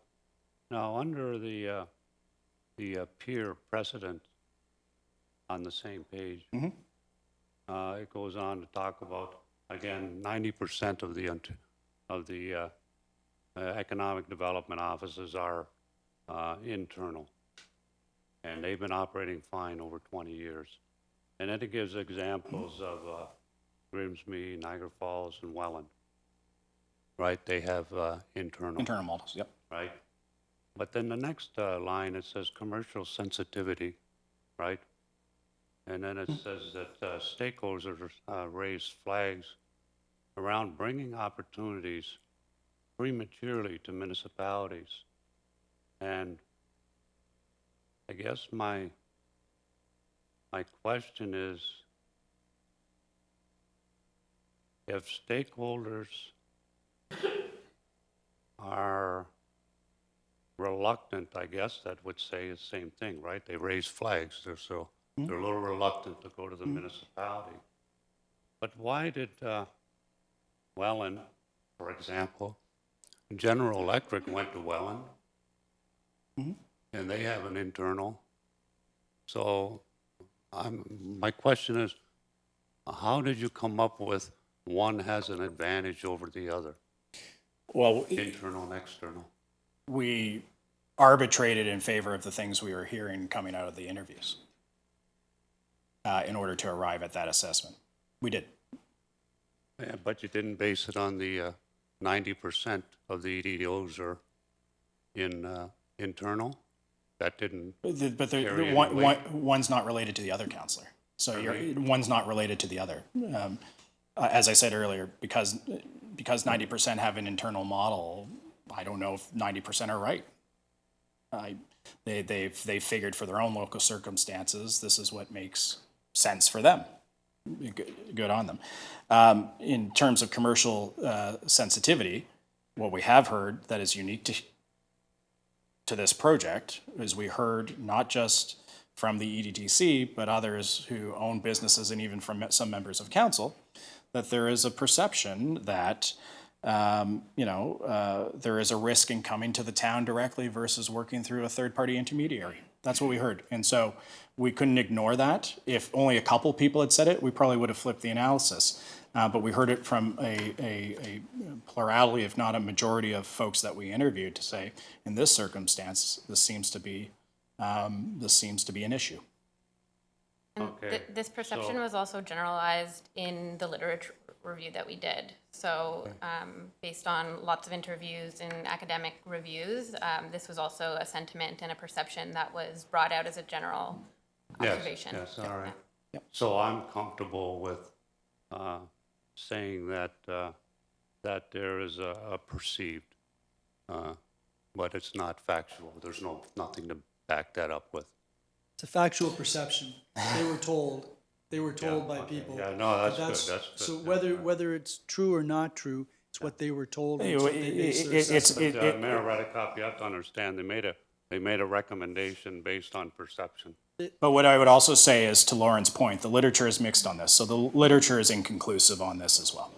And so we did weight this in favor of what we heard locally. Absolutely. Okay, yeah, okay, now, on the same page, the next point that you pointed out here, the internal division, right, must adhere to legislative and administrative policies. And then it goes on, for example, the town may be subject to stricter procurement rules and so on, but so an economic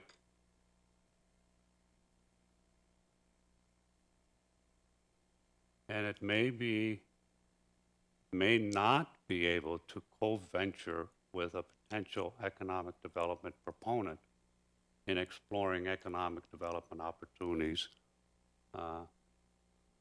given real or perceived conflicts of interest. And can you give me an example of when anything like that happened within the town of Fort Erie? Do you know of anything that, did somebody bring that up to you? That these things happen? I would have to defer to the EDTC here to answer it, but I believe they have in the past co-ventured on studies to determine if there was, the conditions necessary to support that kind of investment. It's one of the neat features of the external model is the ability to co-invest and explore those things to determine if there is a there, which actually I would argue can provide you a bit of a competitive advantage if you're in a competition with a number of other municipalities that aren't in the position to do that, either because procurement rules restrict it and or political or administrative decision making may be too long to meet the timeframes of the interested investor.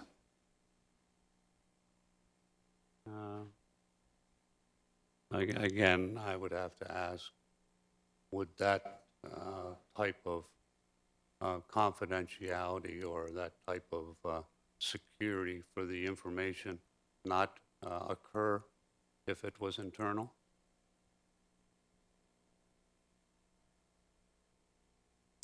The issue you asked about is whether or not, you asked about the co-venturing.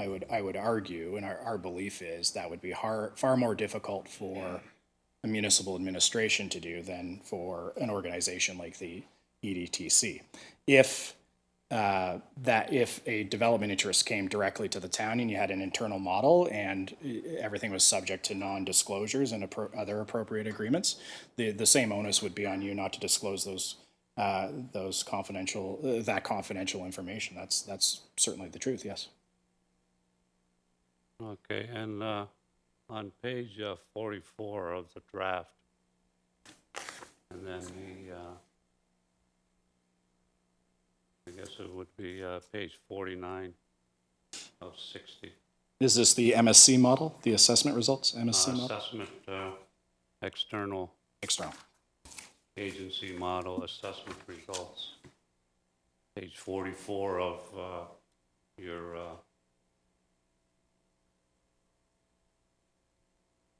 now this was the external model, and so the implementation at the second one, cost impact. The implementation of the external model will not create additional strain on town resources, but there are additional and duplicative costs associated with operating as an independent entity. And I guess my question is, did you look at what the cost differences would be, or what the pros and cons would be for this?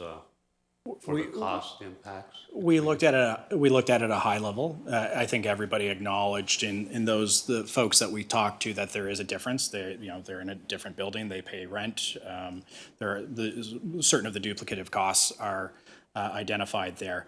But our point is would not be a dollar for dollar removal if they were to be repatriated in the town. My understanding is that you don't necessarily have a place to put them. You'll probably have to create a physical space to put them. There would be other costs for accommodating them here. You may need to put on additional resources in terms of some of the back office supports in order to support the increased workload that comes with the Economic Development and Tourism Corporation. So it's all to say if the delta, I believe, was in and around $100,000 or $150,000. And I could be mistaken. I need to look at the numbers, but it would not be a straight savings off the top. There would be costs that the town would have to internalize or net new costs the town would have to take on in order to repatriate that function into the town and support it. But I think earlier in the report, it did say that there would probably be a savings if it was internal, right? Yes, we're just saying it's not one for one, so don't assume. Oh, no, I'm not saying that, we're gonna save all Yep. the money and now we're gonna have it internal. No, I understand Yeah, that, yeah. I think everybody would agree to that. On page 46,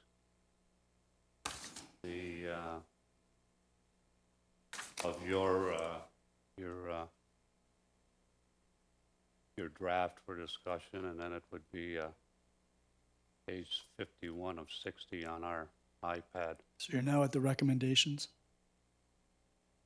The heading on the page is recommendation? Optimize the external recommendations, yeah. Yeah. The last bullet there, peer precedent. And it says Fort Erie can look to long-standing successful external structures, EDOs, such as the ones in the city of St. Thomas, city of Timmins, and the city of Sault Ste. Marie, to glean key earnings on what does and does not work well. And I'm wondering, did you obtain these models, and can we look at them, or would that be something that we would have to pursue on our own and contact these cities to look at their models? Yeah, we didn't work up detailed case studies on them. The point here is that the EDTC should probably be part of a community of practice and learning from other similar organizations in other communities about how they interact with their town, how they deliver, how they measure their performance, how they report out on their performance, those types of things. Municipalities generally do a fantastic job of learning from each other. There's a lot of transparency in municipal information that is provided that people can access through the FIRs or through the benchmarking database. Unfortunately, that is not the same for organizations like the EDTC, but we think it's important for them to reach out and develop those relationships so they can learn from that community of practice and enhance their ability to deliver value for money for the town of Fort Erie. Now, there was, But they all have public websites, and they, I'm sure, wouldn't turn down a request to learn more about their model.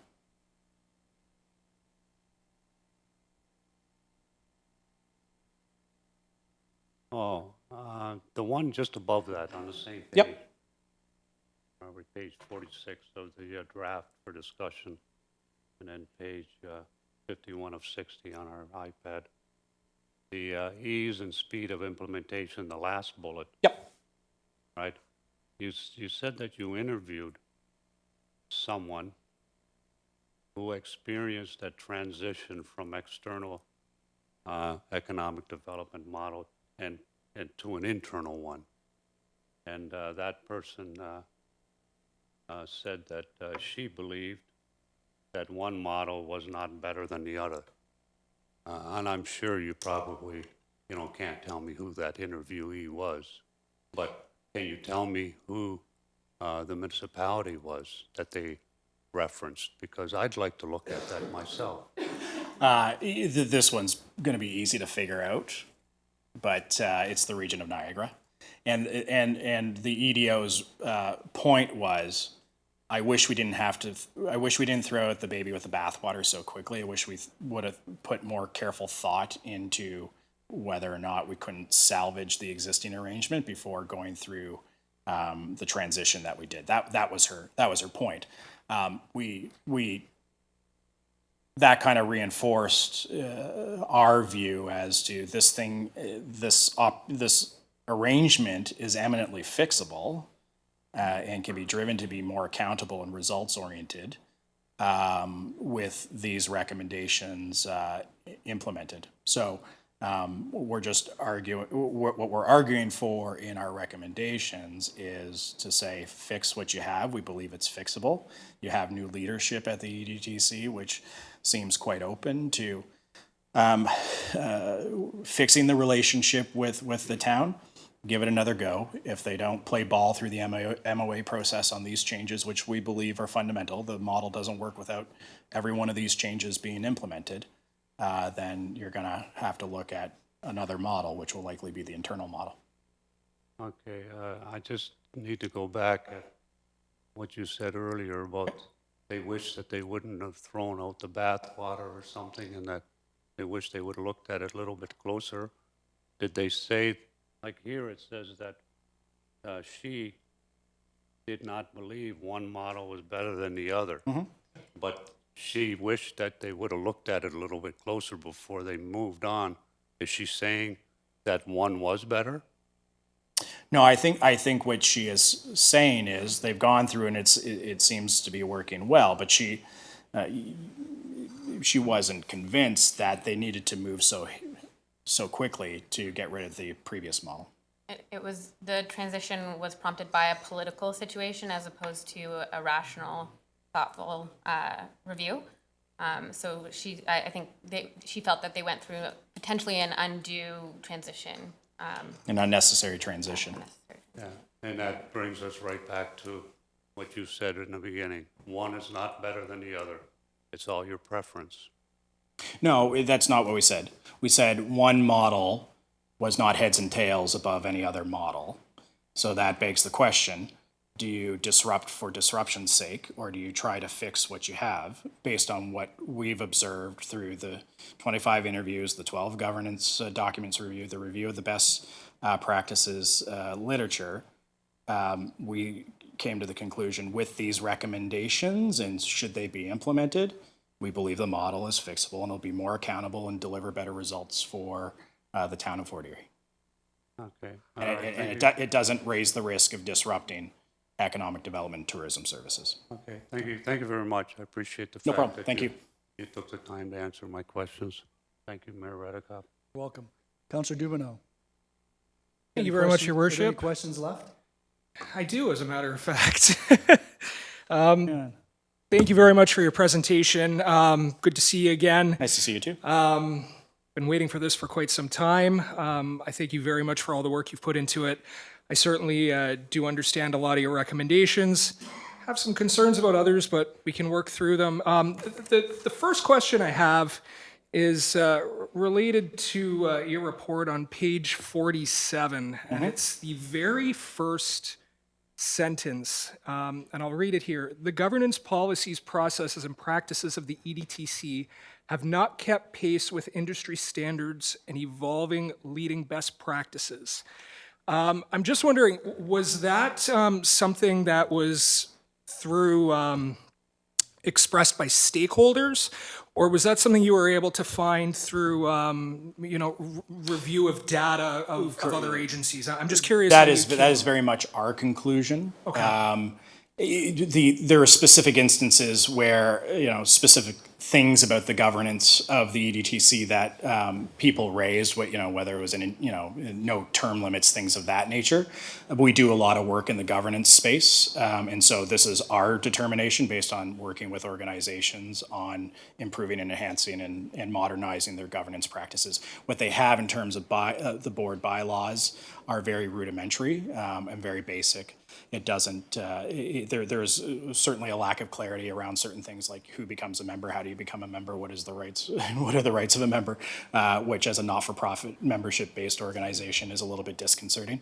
And so there are a number of steps that they can take to strengthen the governance of the organization that will make it more efficient, more accountable, and also ensure that there is a healthy turnover of governors to ensure that you're getting different perspectives, fresh perspectives around that board table.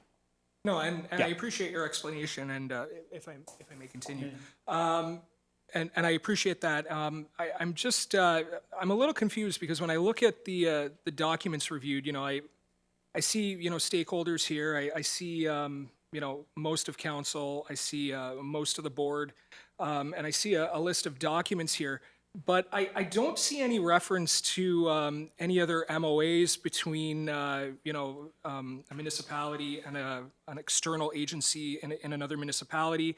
I don't see any review of their bylaws or any of their corporate structure. So I understand what you're saying with regard to an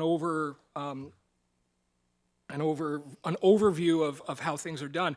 But I'm just curious with regard to best practices in other municipalities that use external agencies and their MOAs.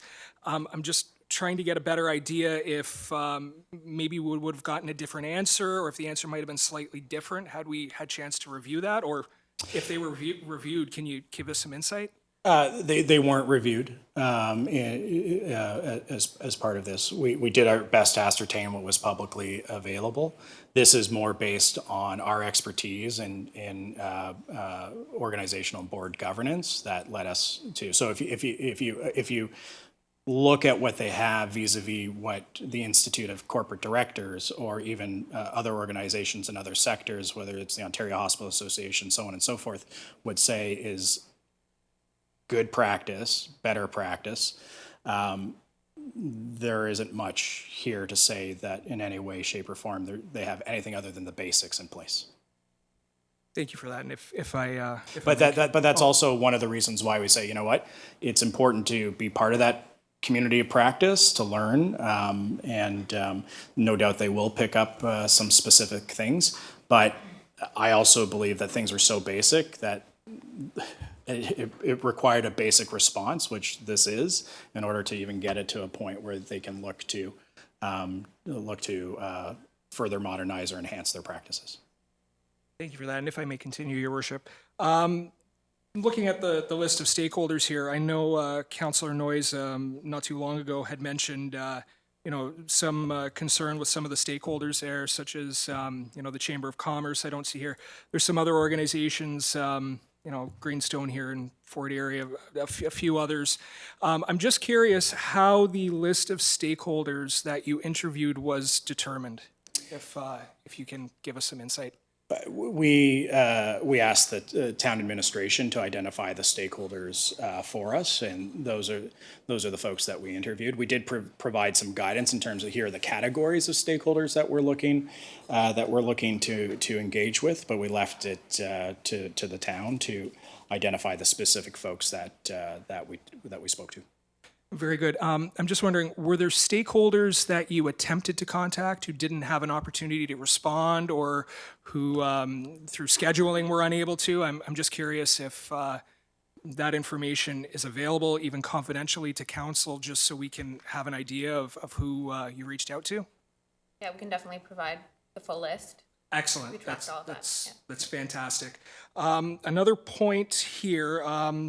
Just regard to the recommendations that you have for the enhancement of governance here. Express to us your opinion and thought. Is this something that should be implemented by the current board or a new board going forward? I know that could be a concern, and I'm just wondering how you think we should best approach that. Well, there's a process in place. There are processes in place to elect the board. My view of this would be that you're going to need to begin this with the current board, and hopefully they'll see that it's in the long-term interests as fiduciaries of the organization to get this right with the town, that they'll kind of negotiate in good faith and execute the changes that need to be changed, or changes that need to be implemented. Very good. And if I may continue, Your Worship, I'm glad you had mentioned the point about negotiating in good faith, because you had mentioned earlier that the recommendations here, you pretty much stated that we should essentially rely on all these recommendations and insist that the EDTC take these recommendations as part of a new MOA, and if they didn't, we should walk away from it. So I'm just curious. It seems to me that this isn't so much a negotiation in good faith, but rather it's an ultimatum that we're giving them, is basically, here's our ball, and if you don't like it, we're going home. So if that's the case, that we're giving them an ultimatum, what's stopping us from just bringing this in-house anyway? If we're not negotiating with an external corporation that operates independently and finding something that meets both of our needs, why don't we just blow it up and bring it in-house? Well, I think, as is appropriate in any contract negotiation or renegotiation, should you adopt these recommendations, you are expressing from the point of view of the client the terms and conditions you wish to have implemented as the requirement for your continued business. So I don't think it's an ultimatum. Now, it may be an ultimatum because you're the biggest client and really the only client. But I think what you're saying is, for us to be satisfied that we're investing taxpayers' dollars wisely in the delivery of these services, these are the things we need to see changed and included in a renegotiated MOU to satisfy us that is indeed what is going to happen. There's nothing stopping you from deciding tonight to go to the internal model, but I would what we're saying is the existing entity can be fixed. You do need the counterparty, in this case the EDTC, to play ball on that. I don't see why they would be opposed to most, if not all of these. And if they balk at these, well, you have your answer, and then you know where you have to go from there. And if I may continue, Your Worship, I do appreciate that answer, because you'd mentioned good faith earlier, and I'm hoping going forward that we have a good faith negotiation here between council and the EDTC, that we can enhance and grow this relationship. So I appreciate that. One point that you had mentioned, and I'm curious because my concern is that we're blurring the lines between an external nonprofit corporation that we provide that provides us services through contract versus something like a municipal services corporation or an internal model. You had mentioned things like approval of the strategic plan by council. I know other external agencies from the municipality, like the Fort Erie Public Library, they don't require council to approve a strategic plan. Granted, we have other means, through board composition to control that. I know we also contract services through the SPCA. I'm not aware if we approve their strategic plan, but, I can certainly expand on that further. But I'm just curious, where do you draw that line? Sorry, where do you draw that line between an external corporation that contract services and we say essentially what we want out of that corporation for those services, and then dictating how they operate the corporation itself? Where does that line become blurred between external and internal? I'm curious if you had some thoughts on that. I don't think it in fairness, I don't think it becomes blurred. What I would say is this is perhaps an area where the town can learn from how the province engages with its entities under their memoranda of understanding with their various crowns, so agencies, boards, and commissions. Typically, there are things that are required to be provided to the management board or treasury board of cabinet for their approval. Strategic plan, business plan, operational plans, things of that nature. I think in this case, and just given how off the rails things got, in this specific circumstances, you've got to codify this and you have to require it. And it's not like they serve hundreds of other customers. You are the customer. They were set up ostensibly to serve you. So it's not unfair to ask for that. It's not unfair to say, we want you as part of your contract to develop the strategic plan for economic development and tourism in Fort Erie and bring it to us, and we're going to bless it or not bless it. Not in an authoritarian manner, but in a way that we're going to collaborate on this. And then we're going to see you every quarter and we're going to talk about this. And we're going to talk about our progress and where we may need to pivot or change course given circumstances. So I think it's entirely reasonable for you to ask this. I can't speak to the other ABCs that you have because we didn't study those ABCs, but just knowing this particular circumstances and where you are at today with your MOA and the EDTC, this makes absolute sense in our estimation. And I appreciate that, and I'm glad you touched on the point about collaboration because I don't disagree. I believe that there are certain things, taking into account the confidentiality aspect, that they certainly do need to provide counsel for information purposes and to ensure that we're all in the loop. It's when you get into the issues of approving and then my concern is that you're getting into an issue where you're internalizing something while having the convenience of the external agency. And that's where my concern is if we start getting into approvals that are codified rather than working collaboratively or for information purposes. And I'm glad you clarified a bit of that. I certainly would have hoped we would have had the opportunity to review some of the other MOAs with some of the other municipalities. But for the most part, other than those specific concerns, I'm very, very happy with the work you did. It's good seeing you again. Thank you very much. Thank you, Councillor. Any other councillors? Councillor Zanko. Thank you, Your Worship. Just one quick question through you. There's a lot of policy work that's mentioned in the report. Who do you suggest creates this policy? Would it be the town of Fort Erie or would it be the EDTC? It would be the EDTC themselves. Okay, thank you. Any other councillors? Councillor Noyes, you had a lengthy opportunity to ask questions on this, and we're going to be getting to the report later on, and I've got some questions myself that I'd like to ask. So you've been up for over an hour. We're gonna take a 5-minute break. You can have a seat if you wish, and then when we come back, I'll ask some questions, and then hopefully that will be it for your presentation. Thank you.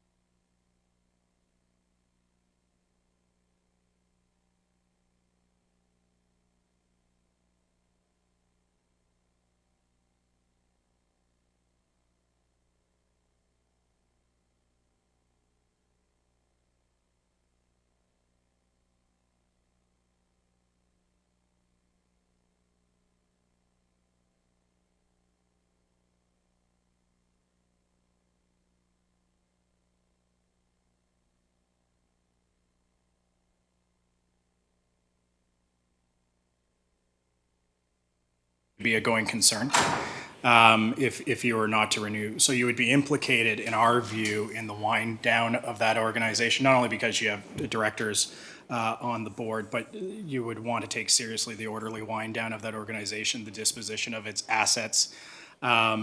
As one thing, there would be severance involved. Who's going to pay for that severance? Chances are it will be you.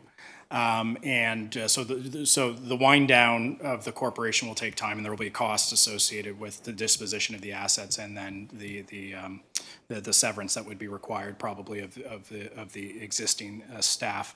Then there's the setting up the internal mechanism. You'll have to run, no doubt, create those positions within the corporation, go through that, get council approval, add budget to that. Not to say you can't shift money around. I'm just saying you'd have to go through a process. And you would have to probably put that out for competition. You'd go through a competition to fill those positions. And so we're not saying any of those hurdles are insurmountable, but it does take you off delivering economic development tourism services probably a lot longer than you would think, because it's probably not an easy situation to wind down a corporation. Deal with those assets, transfer some of them, set up the apparatus within the organization. And so for us, it's our view is it would be an unneeded distraction at this point if we think there's something to be fixed, which we came to the conclusion on, and hence the recommendations tonight. Are you anticipating, in terms of ease of moving forward, that the negotiations with respect to new terms of a memorandum of agreement are going to be easy? It's a good question, Your Worship. I would hope that the EDTC would have the good sense, again, to negotiate in good faith, be deferential to the client and do what is needed to repair the relationship and get on with the job of delivering services. Your point being, and you've made it several times, that this is a model that's broken. It hasn't maintained or updated policies. Correct. And therefore changes need to occur, and if they don't occur, Correct. It's a model that cannot continue to serve the municipality. Yeah, I wouldn't advise it. On the simple basis alone, you don't know what you're paying for.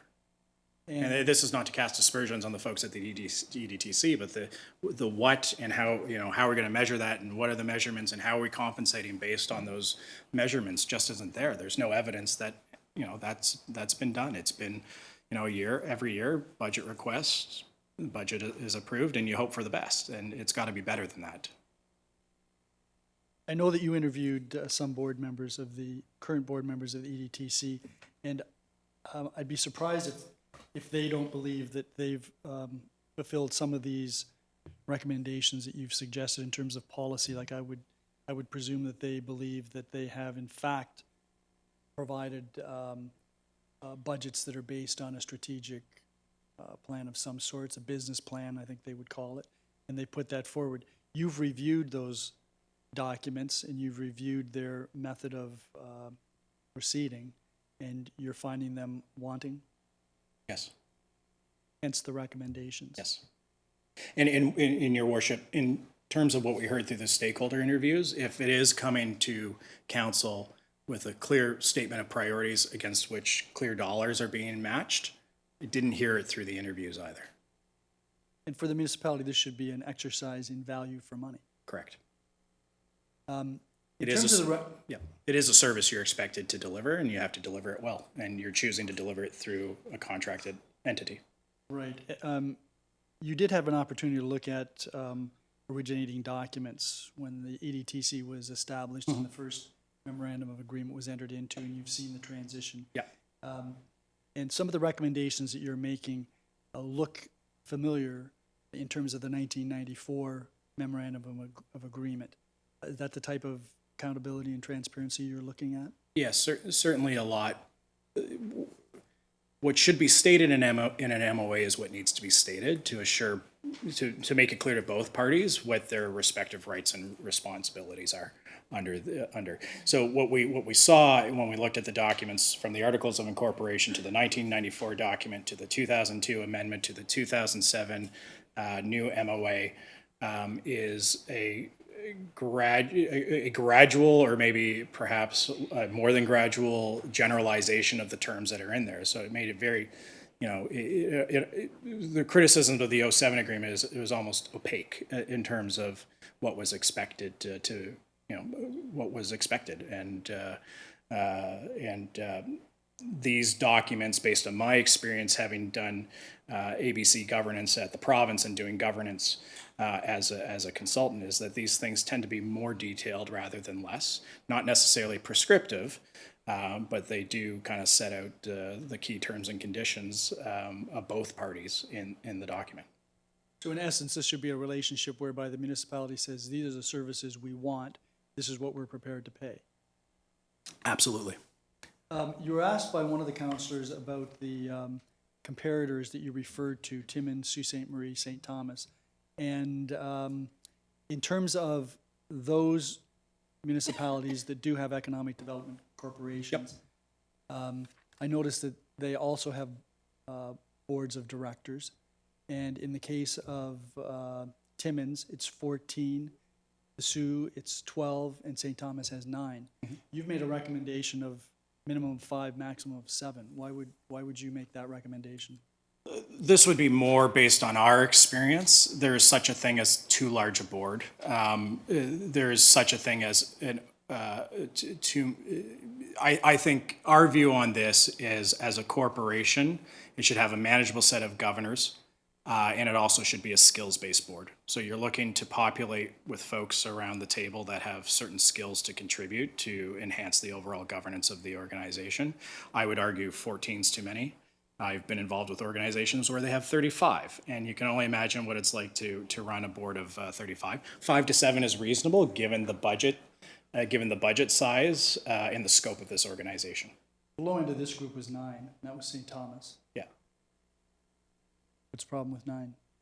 There's no problem with 9, but based on our experience, given the size of the organization, given the scope of its work, 5 to 7 would seem appropriate. Isn't one of the problems that we are where we are because the board was so small that we're only 3 non-elected representatives?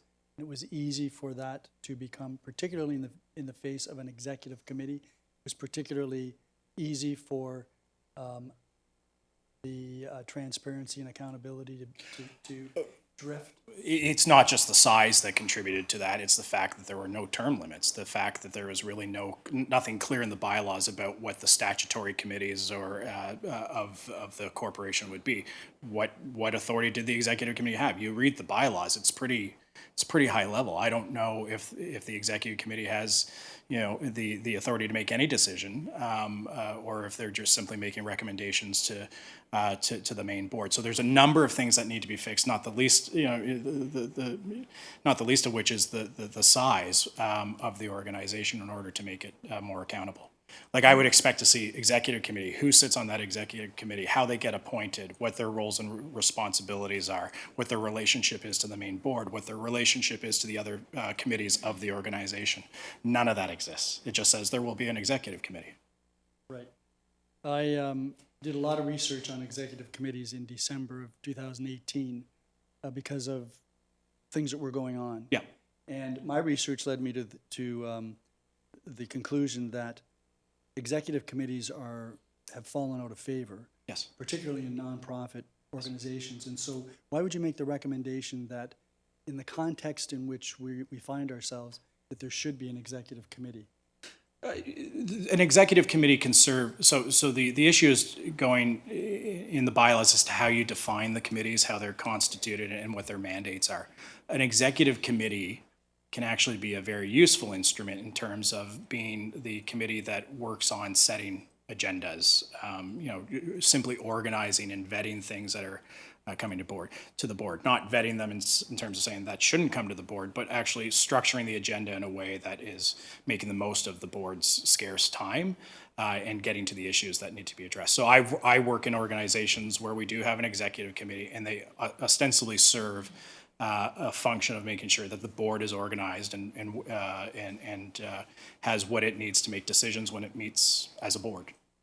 I think that might be more imperative if it was a larger board. If you're going to have a small board, I don't know that it would be that important. Correct. But in terms of the board terms, Yep. you had recommended 3-year terms. Councillor Butler had questioned about 4-year terms. If you were to go two terms as a limit, then you're going from 6 years to 8 years if you have 4-year terms. Do you have concerns about the length of the tenure? No, I don't think 2 years makes a whole lot of a difference.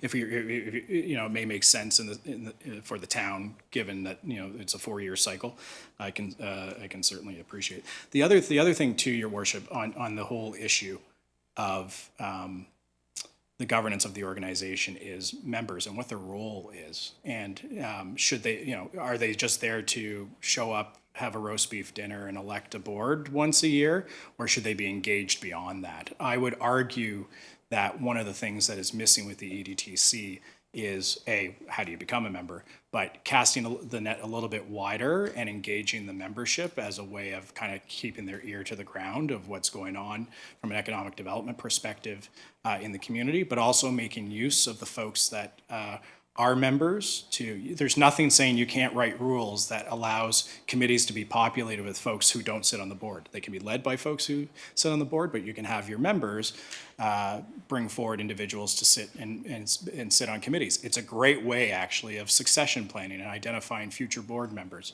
of the organization. It's those kinds of practices we would like to see the EDTC embrace. Right. You did use the words healthy turnover in terms of the board, and you believe that 8 years is adequate for a healthy turnover? Yes. Okay. And you also mentioned in your recommendations that there needs to be clear criteria and process for becoming a member. Yes. Did you give any consideration to a limit on the number of members or members paying a fee? We didn't go into whether or not members had to pay a fee. I believe the bylaw allows for the board to set a fee. And that's perfectly within the board's right to set that. In terms of the optimal number of board members, that is something that should be looked at critically. My view on this, given its function, is it should probably be broader as opposed to narrower. And it's a way to engage local businesses and tourism interests in the corporation, in the economic development strategy of the town. It's a way of convening them, bringing them together, so you can be amazed what happens when people actually get in a room together and understand what they're thinking and what their plans may be. I think there's a convening function that can be done through the membership structure that currently is a tool that isn't being used. Well, I like the idea that they could be actively engaged in the business of the corporation on committees or what have you. In terms of the your recommendations, someplace in your report, you made a reference to an example, the library board, which Councillor Dubenel made reference to. The only similarity I would see there would be that council appoints all of the members to the library board. You did suggest at one point in your report that either the members could elect directors or council could appoint the directors. You have a preference? I think there is something, so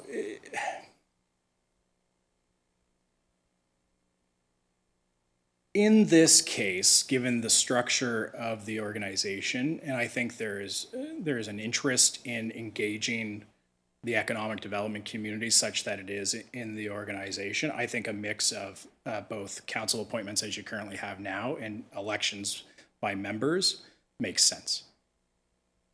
Okay, so we're in a position right now where we have a board of 5 Yes. on the current EDTC, 2 of whom are appointed by council, 3 of whom are elected by the members. By the members, yes.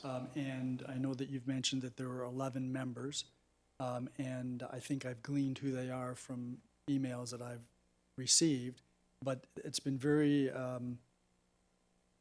difficult to determine who the members are, Yes. and how they became members, and when they became members, and why they're members. Yes. So that's an item that would have to be cleared up. Absolutely. According to your recommendation. Yes. And if cleared up and there were clear processes to appoint members or accept members, Yes. then you'd have greater confidence in them electing the non-elected directors? Yep.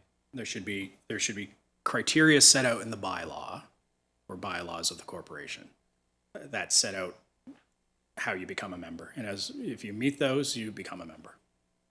I can't recall if I saw in here a recommendation that there be an annual performance review of the general manager.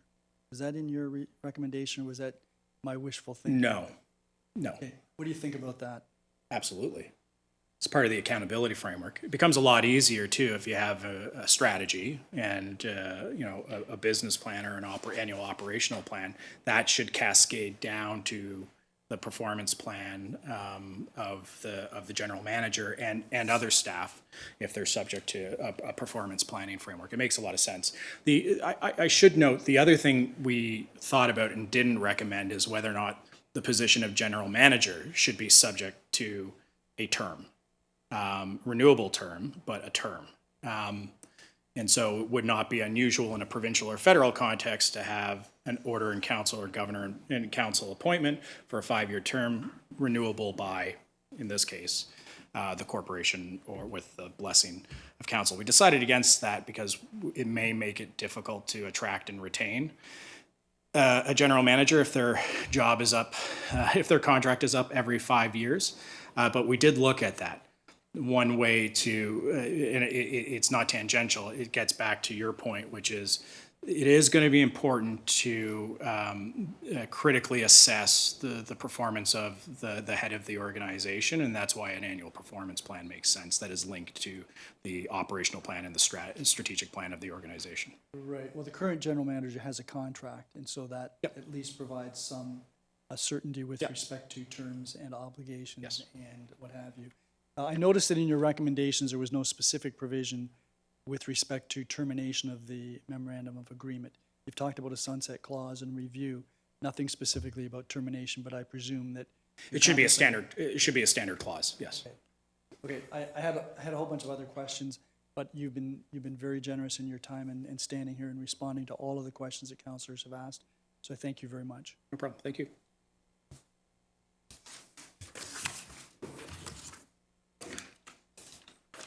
So we'll get back to the delegations. And the next delegation is Donna Washeshan, Sean Sissons, and Jenny Shikluna from Niagara Regional Housing. Good evening. Good You've been evening. able to sit, which is good. Yeah.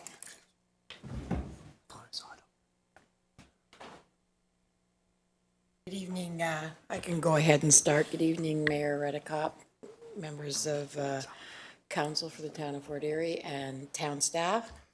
I want to thank you for allowing Niagara Regional Housing to present to you tonight at your council meeting. We're here to present and promote our Niagara Renovates program. Sean Sisson will be doing the presentation, and I'd like to also introduce Jenny Shikluna, who is our new manager of housing programs. She only has 1 month left to be new, and then she has to be the expert. I would like to thank the town of Fort Erie. They have been one of the biggest promoters of this program since it started. So if somebody gets an order against their house and they can't afford to get the job done, the town has been very instrumental in providing them with our information, either giving them an application or giving them the information to the website. So thank you, town of Fort Erie. This program is a valuable program as it allows low-income homeowners the ability to meet their accessibility or repair needs when their circumstances change. It allows them to remain in their house, and it helps to preserve the rental market. By them staying in their house, it preserves the rental market. It doesn't allow for the pressure to be put on the rental market for them looking with such low vacancy rates. So I'm going to let Sean go ahead with the presentation. Thank you. Thank you, Donna. Thank you, Mr. Mayor, members of council, and staff. Today we're going to talk about the Niagara Renovates program. The Niagara Renovates program has 3 components to it. Within those components are the homeowner. There's also the secondary suite creation and a multi-unit component. First, we'll talk about the homeowner component. It's to assist low to moderate income households in Niagara with repairs and or accessibility modifications to their homes. The secondary suites, there it is, funds the creation of secondary suites within existing single-family dwellings. The third stream is the multi-unit that provides funding to owners of rental properties within Niagara to assist in major repair of units and or accessibility modifications to their buildings. The homeowner portion, households are only allowed 1 application, so you can't multi-dip, it's 1 across the board. The homeowner, pardon me, the funding is provided as a fully forgivable loan. It's a 10-year forgiveness if you do not sell, rent, or transfer ownership of that home. It will be fully forgiven over the course of 10 years. All repair work that is completed must include energy-saving products where possible. So again, it's not just the repair, it's also saving the energy if we can in that repair. The homeowner eligibility is determined by looking at the following criteria. It's the total income of all household members, the value of the home, and if they've received any previous funding through the home ownership program, through Niagara Renovates, or the previous CMHC RAP, yes, sorry. Existing homes, once they've been approved through the application process, will be inspected by one of our inspectors, either myself or our other inspector. And we'll make sure that what needs to be done is what needs to be done. As you know, homeowners can ask for certain things. An expert goes in and realizes that there's much more to this problem than what they originally asked for. So hence the whole point of the inspection. The modifications to increase accessibility is kind of a no-brainer. We send out a third party to do an evaluation on them, and basically whatever they need within the funding limits they'll get. These secondary suites fall into the following. It has to be a fully contained, self-contained unit with a separate sleeping area, full kitchen, bath, and a separate entrance. So legitimate, legal secondary suites. Permits required, the whole 9 yards. Again, it's a fully forgivable loan. That's done over a 15-year period. So the reason it's done over 15 years is because we can go to a higher amount of $25,000. With the reduced rent over that time period, it ends up paying us back. So that's why it's a 15-year term versus a 10-year for the other one. Again, has to meet all applicable zoning, building, fire, property standards. Permits must be supplied to us, etc. The eligibility for that is determined by looking at the value of the home, the income of the incoming tenant. So we're not so much worried about the homeowner. We obviously want them to have some money. We don't want them to be, just about broke. So they're allowed to have money. It's the incoming tenant that we're concerned with. And again, had they received any previous funding over the past 10 years, they would be ineligible. One of the criteria is those rents have to be at or below AMR for the full 15-year term. Now, annually, we send out a report. They have to report back to us to make sure that those rents are being maintained.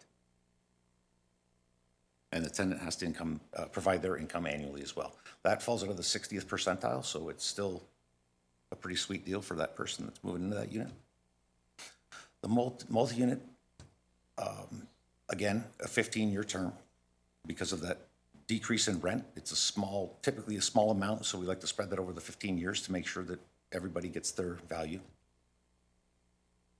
Nursing homes, care facilities, hostels are not eligible for this. They're not subject to the Landlord-Tenant Act.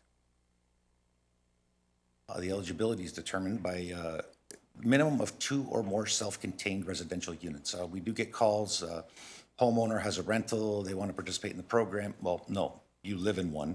You're only providing me 1 rental unit. The minimum is 2. So that's become a bit of a sticking point, but again, we still are successful with it. Again, you can't have received any prior funding. Rents, again, at AMR or below.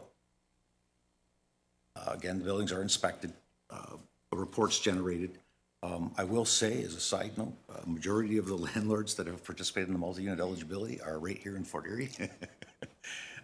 As Donna stated, your staff have been fantastic at their responses, and any issues we have. Since 2012, when we got this program, we have provided over $7 million in funding and helped approximately 406 homeowners to date. For this year, we have almost $1 million allocation, so all 3 streams of the program will be still running.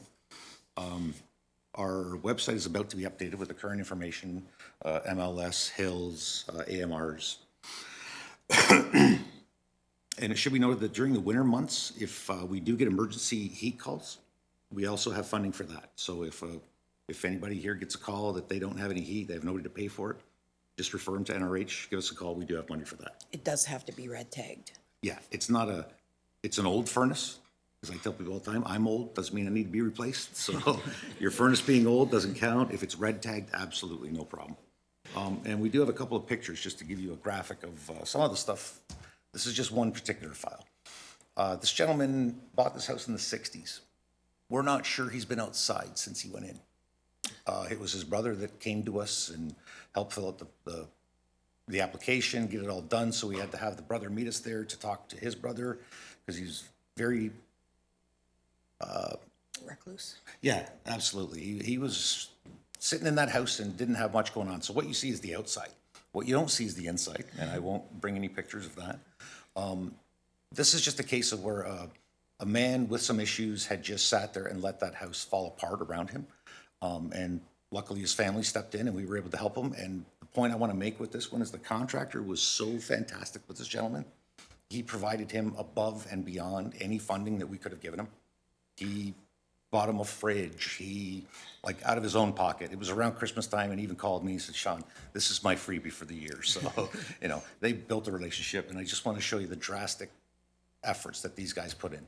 That's what it looked like when we were done. And that's just the outside. So you can imagine what it costs to side a home. The maximum funding for this program is $20,000. So he not only did that, new windows, and he did the inside as well. So it's been a great experience to run this program. You got negatives, but you got positives that outweigh the negatives. So again, I'd like to thank you guys for having us come out. If you have any questions, there's my information and not mine, sorry, Jenny's other inspector, Mr. Chris Rosatani, who is a local boy.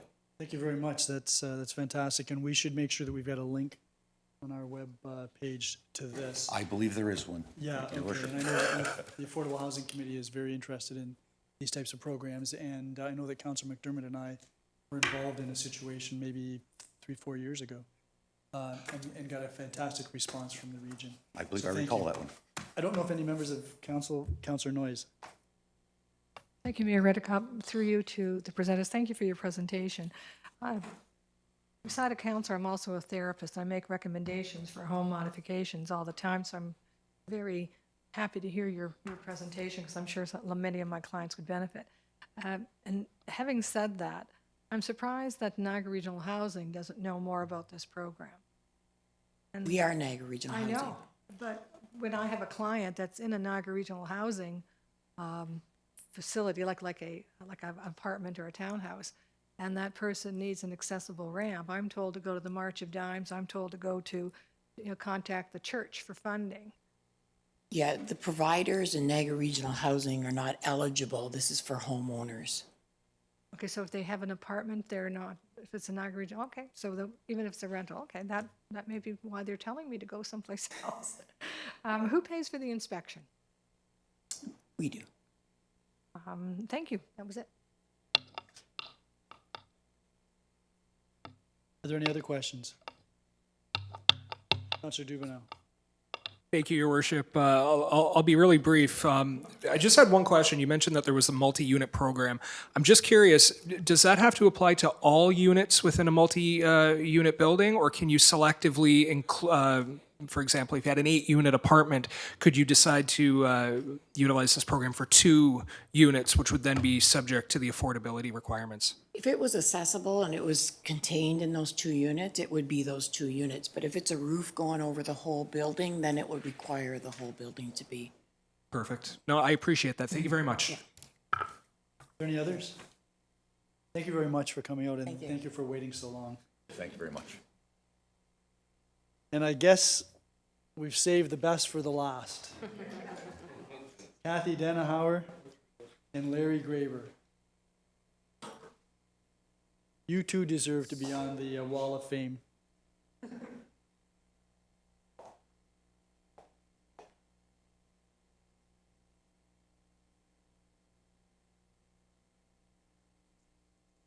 Good evening. Good evening. We thought that's what you did. And we also thought that you had arranged to have that future Wall of Famer here. Yes, we did. Yes. In fact, I've already received an inquiry about how she could apply, or an application could be made for her on her behalf. Since she's an Ontario and an Eastern Canadian champion, I would say chances are good. Are you paying attention to what the I'm mayor is- listening. Good evening, Mayor Redekop and members of council. As chair of the Greater Fort Erie Wall of Fame Nomination Selection Committee, I hope to bring attention to yourself, Mayor Redekop, council members, and the community that our committee and the Kinsman Club of Fort Erie will be hosting the annual induction and dinner ceremony on Friday, June 7th, 2019 at the Leisureplex Lions Banquet Hall. A wonderful, wonderful evening of pride and community spirit.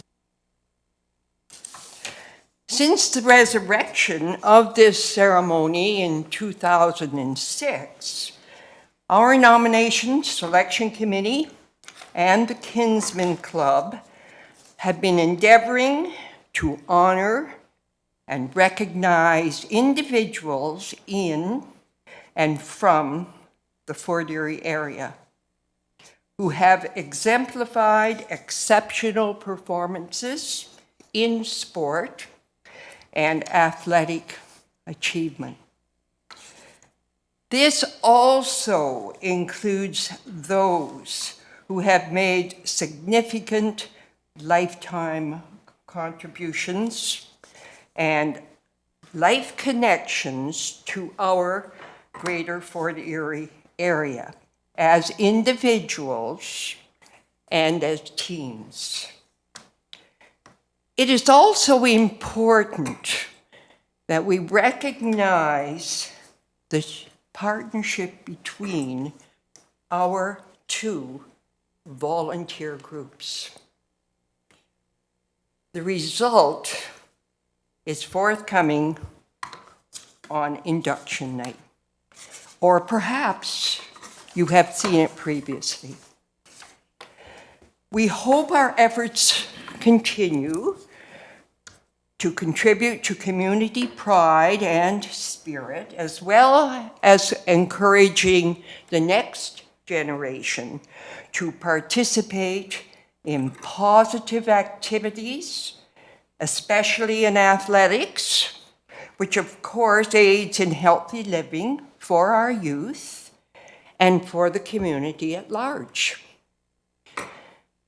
Our town, you people at this time must try to provide the necessary facilities for this to happen.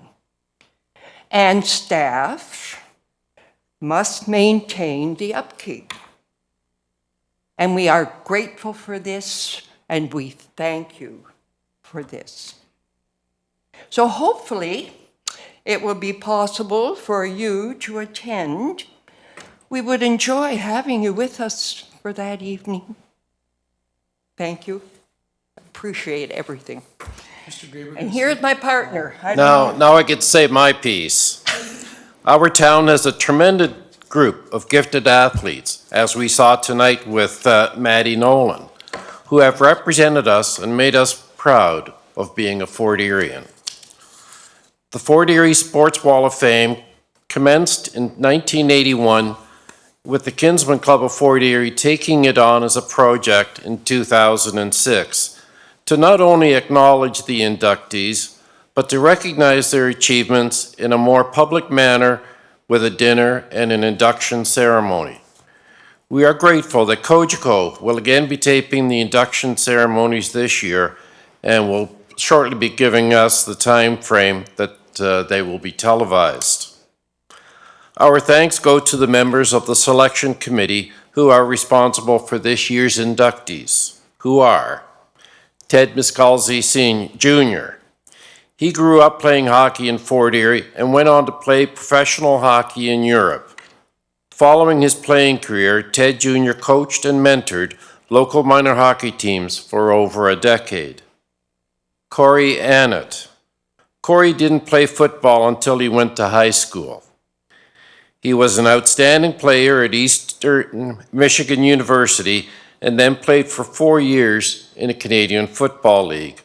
Following his playing career, he returned to Lakeshore Catholic High School as an offensive coordinator for his longtime coach.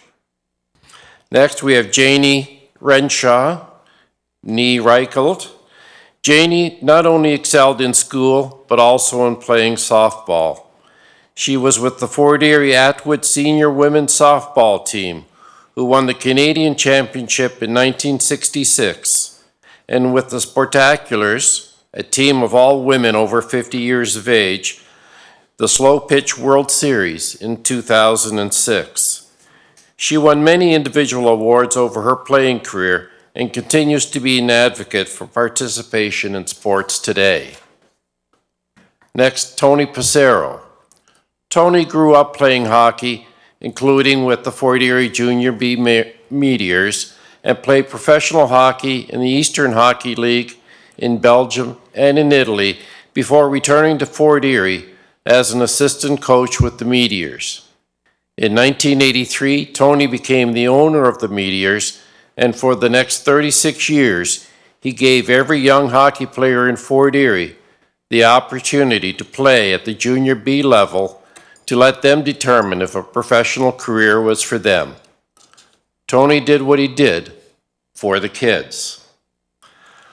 Last, we have the 2018 Fort Erie Seniors Cannons Baseball Club. This team was congratulated right here in this chamber for their achievements in 2018, for being both the Niagara District champions and the Baseball Ontario Senior A champions. The team managers, coaches, and the nucleus of players in this team have continued to work hard to achieve these results and others such as being undefeated in the postseason. This year's Sports Wall of Fame induction ceremony and dinner, as Kathy mentioned, will take place at the Fort Erie Leisureplex Banquet Hall on Friday, June the 7th. It starts at 6 p.m. with a meet and greet of this year's inductees, followed by dinner and the induction ceremonies. When we started this in 2006, the cost of a ticket was $50. Today, the price is still $50 and can be purchased by contacting Linda Hartley at the law office of Michael George. I've got all our contact information here. We encourage everyone in Fort Erie to come out and help us celebrate this year's inductees. That's my report. Good, thank you very much, both of you, and it's a fantastic event for sure, and it's usually packed, and I would imagine it's going to be packed this year for sure. My wife and I are going to be there. I'm coming in from Wisconsin just to come to this dinner. So I'm hoping that I'll get 2 desserts. I have a copy of the report. Yes. Are there any members of council that have any questions? I did have one question. Do you ever induct anyone posthumously? Yes, we do. So we have. Some of the old timers that are long gone that have been uncovered could be. Mm-hmm. Yeah. Okay. Perfect. Yeah. I'd like also to thank our committee members who are here this evening. It's been most appreciative of you. Yes, that's great. Thank you. See you on the 7th. Yes. Okay. I guess we have to get down to resolution type business. So we have a resolution with respect to the consent agenda, but before I get there, does anyone wish any of the items in the consent agenda removed? If not, Councillor Luberts, you're starting us off this evening. Yes, thank you very much, Mayor Redekop. Moved by myself and seconded by Councillor McDermott that council approves the consent agenda items as recommended. Are there any questions or comments about any of the items in the consent agenda? Councillor Luberts? Yes, thank you very much, Mayor Redekop. I'm just wondering if the staff can give us a little update on the appeal from the that we received from Sullivan Mahoney, the With respect to LPAT appeal. With respect to the development charges bylaw. Yeah. I'm surprised that we didn't get something earlier Well, when it happened. yeah, I don't know what the timeline for that is, but Mr. Lustig, should I Sure. pass this on to you? Yes, thank you. So the appeal period was for 40 days, I believe, after the publication of the notice of the passing of the bylaw. And the appeal came in on the last day that was permitted under the legislation for appeals. And it's here for the council information at the first opportunity that the staff had to present it to the council. So the appeal itself is an appeal not with respect to any legalities respecting the bylaw or the process, but rather with respect to the calculation of the development charges.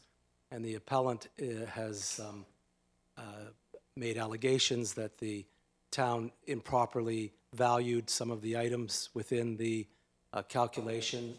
They valued them too high, and in other cases, they included programs or projects that hadn't yet crystallized to the point that they should have been included.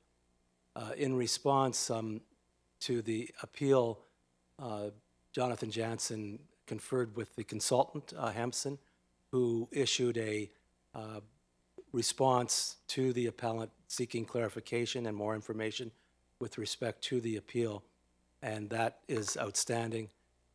The town is required under the legislation to transmit all of the background information to LPAT so that they can proceed with this matter to either schedule a hearing or a mediation if the parties agree to a mediation, and eventually adjudicate the matter.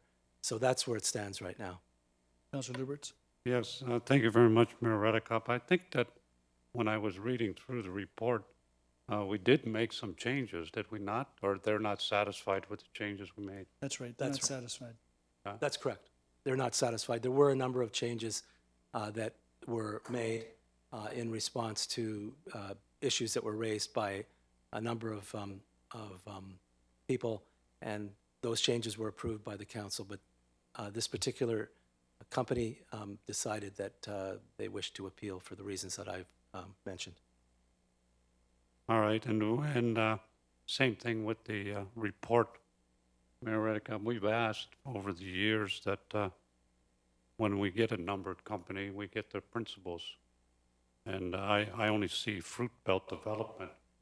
Is that the principal? Is that the only principal we'll know of? Well, we provide the background if it's an application made to the municipality or something that they're requesting us. We wouldn't know that information unless the developer passed that on. One could Google this, which I did, and I think I know who the people behind it are, but I'm not sure that I know that. We'd have to pull out the articles of incorporation to fully be aware of that. But Mr. Lustig, do you have some background information as to who might own 800460 Ontario Limited? My understanding is that the principals of that company are the same principals that are proposing the Harbortown development. Okay, all right, thank you. Any other questions or comments? Councillor Dubenow and then Councillor Noyes. Yeah, thank you, Your Worship. Just briefly, with respect to the Waverly Beach Ad Hoc Committee minutes, there were there was some wording in there that had mentioned that the committee was directing staff to act through consultation with the clerk going forward. We're going to move to a method of recommendation similar to what the Environmental Advisory Committee does. And with respect to those directions within the minutes, I'll be bringing notice of motion tonight to deal with those. I just wanted to point that out for clarity in case anyone asks. Okay, Councillor Noyes? Thank you, Mayor Redekop. Under correspondence B, Niagara Regional Housing Statement, Affordable Housing Data.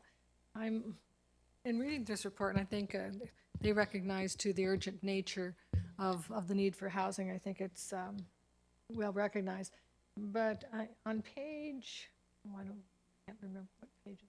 Anyway, on page, I guess 1 of 6, I guess, it talks about the need to address issues of housing supply and affordability, that the steering committee determined there is a need for a single source of housing-related data that clearly delineates housing needs within Niagara region. So I'm just wondering, I don't know, how is this going to jive with the town of Fort Erie doing a data collection in regards to housing? So we're able to take advantage of the information that they've gathered, but the information that we will be gathering will be more detailed. I appreciate that answer. I just would hope that for people who are doing the stat, like I don't want to be having the taxpayers paying twice for the collection of the same data. That was my concern when the project was first recommended, that perhaps the region should be the driver in all this, because they're the ones who are the funding person. They're the ones who are going to basically be using the data. So I'm hoping that there be some correlation between the two studies, so again, the taxpayers aren't paying twice for the same information. Any other questions or comments? If there are none, all those in favor of the resolution? None opposed, that is carried. That takes us then to,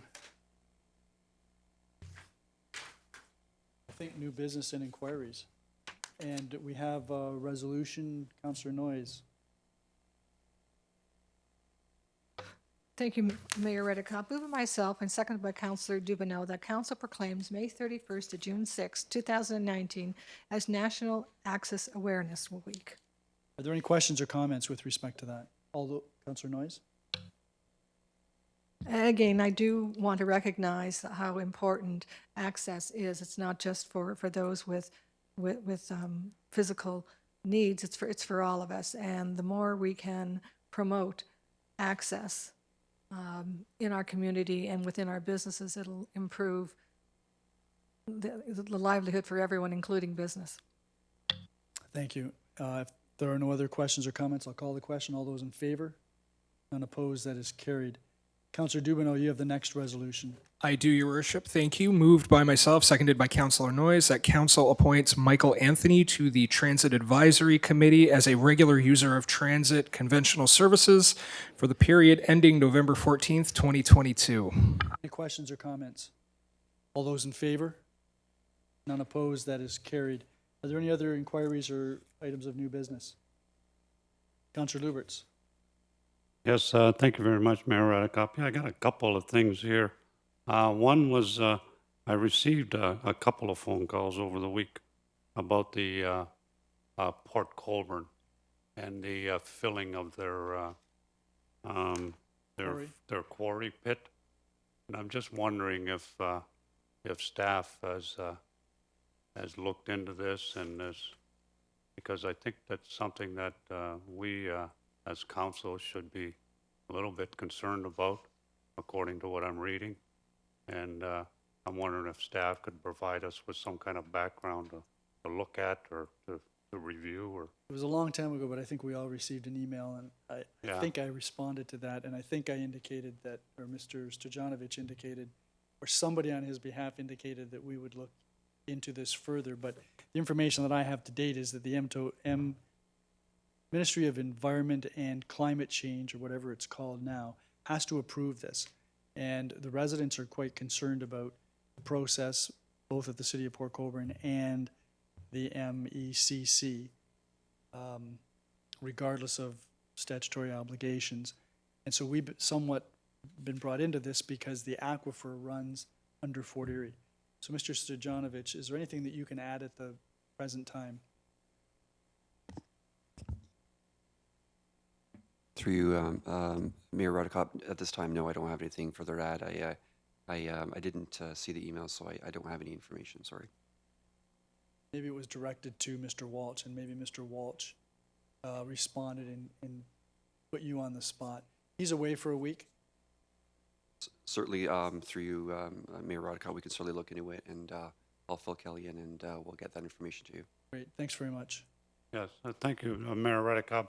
And I know that everybody else received correspondence as well, but people that I spoke to, I informed them that I would bring it up at tonight's meeting, and that's why I brought it up. But while everybody was talking, it looked like our CAO wanted to step in.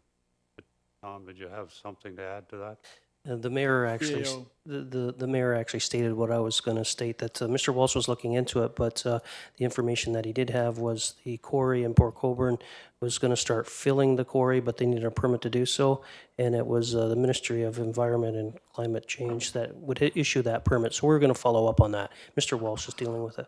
Okay, and what I would prefer, Mayor Redekop, is that we get our updates from staff. Because, you know, when I get multiple emails, I'm getting multiple emails with multiple information, and I think that it's best for council to get everything from our staff. So if our staff keeps up on it, keeps updated, and they can update us, I think that would be a better avenue to follow. I quite agree, but when we get an email from a resident, we have an obligation, in my opinion, to respond, and the response was that the staff is going to be following up on it. Yes, I understand that, yeah. And my second inquiry is I received an email from a gentleman in Ridgeway by the lake, and I brought this, and he's concerned about the pond, the stormwater management pond in there, and I brought this issue up before, right? And I was under the assumption that it was under the control of the town, but apparently the developer hasn't turned it over to the town. And I spoke with Mr. Walsh, and he's told me that it's still under the control of the developer. And what has to happen is we have to assume the pond through an assumption bylaw. And I'm just wondering if staff can let us know, or let me know anyway, when we are expecting this assumption bylaw to come forward. Mr. Stojanovich, would you have any information on that, or would you need to get back to us? Mayor Redekop, I do not have any information in regards to the timing of the assumption of that stormwater management facility, but we will get the information and get that information back to council. And you'll circulate that to councilors? We will. Okay, thank you very much. That's all I have, Mayor Redekop. Thank you. Are there any others? That then takes us to motions, and we'll start with Councillor Noyes. Thank you, Mayor Redekop. Moved by myself and seconded by Councillor Dubineau, that council requests that the region of Niagara find a solution to the lack of taxi service in the town of Fort Erie, including accessible taxi cabs, and the licensing of said cabs be investigated as to the number, owner, and operator. That information be made public. Any questions or comments? Did you want to speak to that, Councillor Noyes? Yes, I did. This is a long, this has been ongoing in the Accessibility Committee on and off over years for the lack of taxi service for those who use mobility aids and that cannot use a regular cab. The cost in some cases, if to go 5 miles, is $40 to $60 because they start the clock in St. Catharines where they come from and when they're returning, and I guess they can do that. But even if someone can afford it, it's just not available. They're basically told to go pound salt, that, you know, they're just not coming. Or they're told that, yes, somebody will be there and nobody shows up. Or the wait is like 2 hours. And we've also heard complaints that not only, you know, for those who need an accessible cab, for even some people who want just a regular cab, calling them you can wait for a significant length of time before they will come to Fort Erie. If the person at the cab that's here, I don't know how it all works, but I know it has to be licensing. If there's 3 cabs, designated for Fort Erie, or if there's only one, or if it's, you call and maybe we'll be there, maybe we won't. I'm not quite sure how it works, but there's been a lot of complaints about that. And I think that since the cabs are licensed by the region, I think it should be a requirement of the licensee to provide this service. And considering there's no alternatives, and also where the complaints, if the service is not provided, how does the individual complain to the region about the lack of service? Councillor Dubenow. Thank you, Your Worship. I'm fully in support of this. I know this has been a challenge that this council has been working on for quite some time. I know Councillor McDermott during the last term took this up. I'm just wondering if, and I'll need some guidance procedurally on how to proceed with this.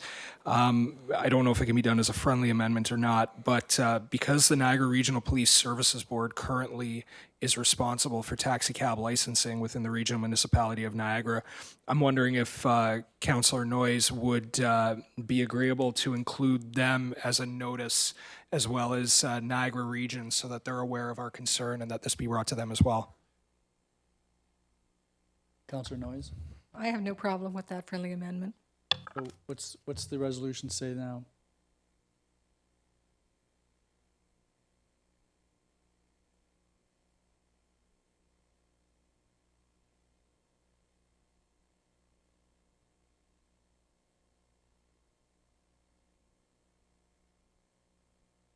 Okay, so you've added to the region of Niagara, the Niagara Regional Police Services Board as well?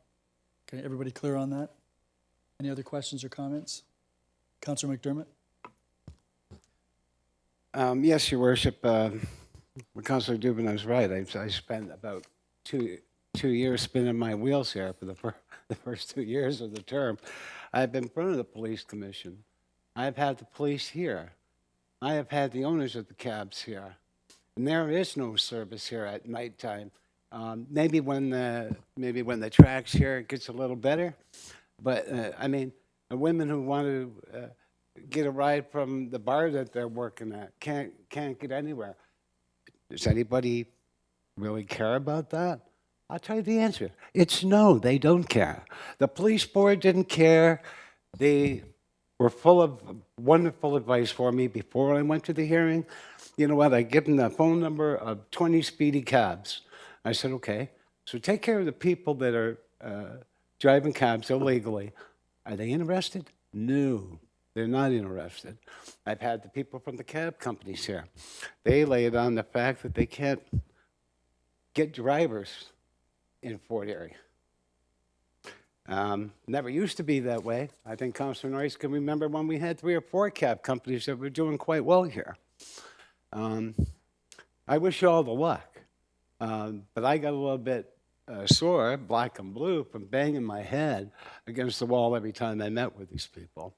And I met with them on 10 or 12 occasions. I wish you all the luck in the world with these folks.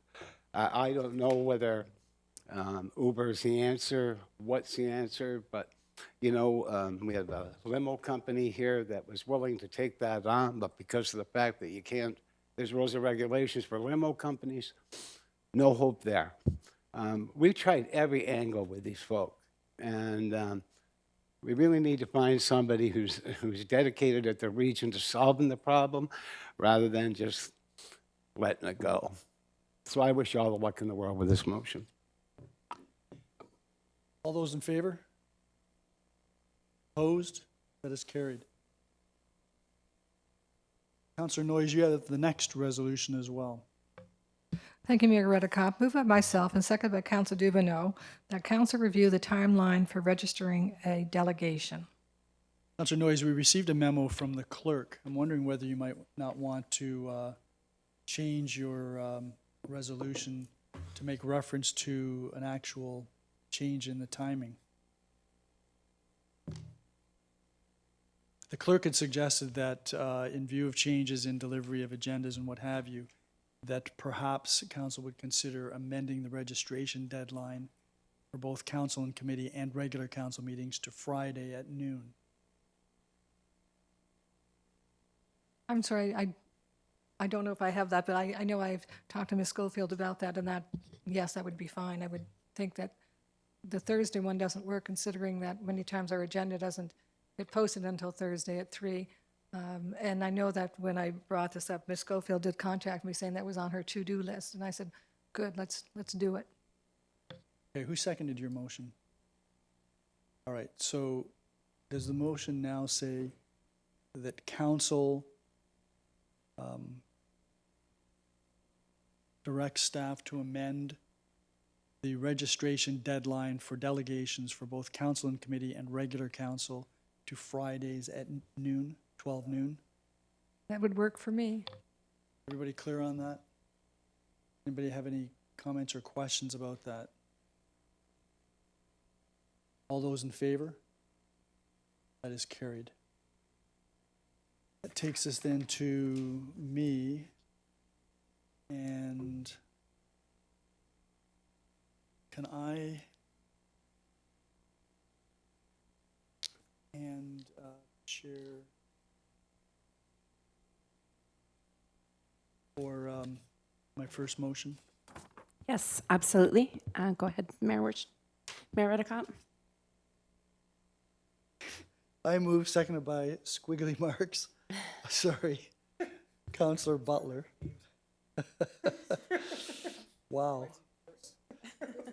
Haven't seen hieroglyphics since high school. That the proposed study of the Gorham Road Ridgeway Road corridor between Highway 3 and the Millington Skyway planned for 2020 be accelerated to 2019, and that staff provide council with a recommendation for the source of funding for same. Are there any questions or comments with regard to that motion? I will call the question. All those in favor? That carries, and I will pass the chair back to you, Your Worship. Councillor Zanko, whose writing I can read. Your Worship, you have a motion you'd like to read? Yes, I do. I move, seconded by Councillor Zanko, that staff report to council on the advisability of Fort Erie applying for B City status and recommending policies that would encourage positive pollinator practices by the town and local institutions, organizations, and residents. May I just speak to that very briefly? Thank you. I believe it was the CAO, and I met with, Mr. Brady, perhaps. I and someone else on staff met with a mature student from Niagara College recently with respect to this notion that the town of Fort Erie could and should apply for B City status. And the whole motive for the initiation of this contact by the student was that pollinators are in jeopardy in North America, and bees are pollinators. But if we were to adopt pollinator-friendly policies, that would attract not only bees, but butterflies, moths, etc. So that this is a request that staff look into the advisability of us doing that, in case there are some things that weren't brought to our attention that maybe would discourage us from doing that. But otherwise, it seems like a wise and prudent thing to do. So I'm hoping that council will support the resolution that staff prepare a report on this. Thank you, Your Worship. Any comments or questions? First, Councillor Luberts, and then Councillor Dubinon. Yes, thank you very much, Madam Chair.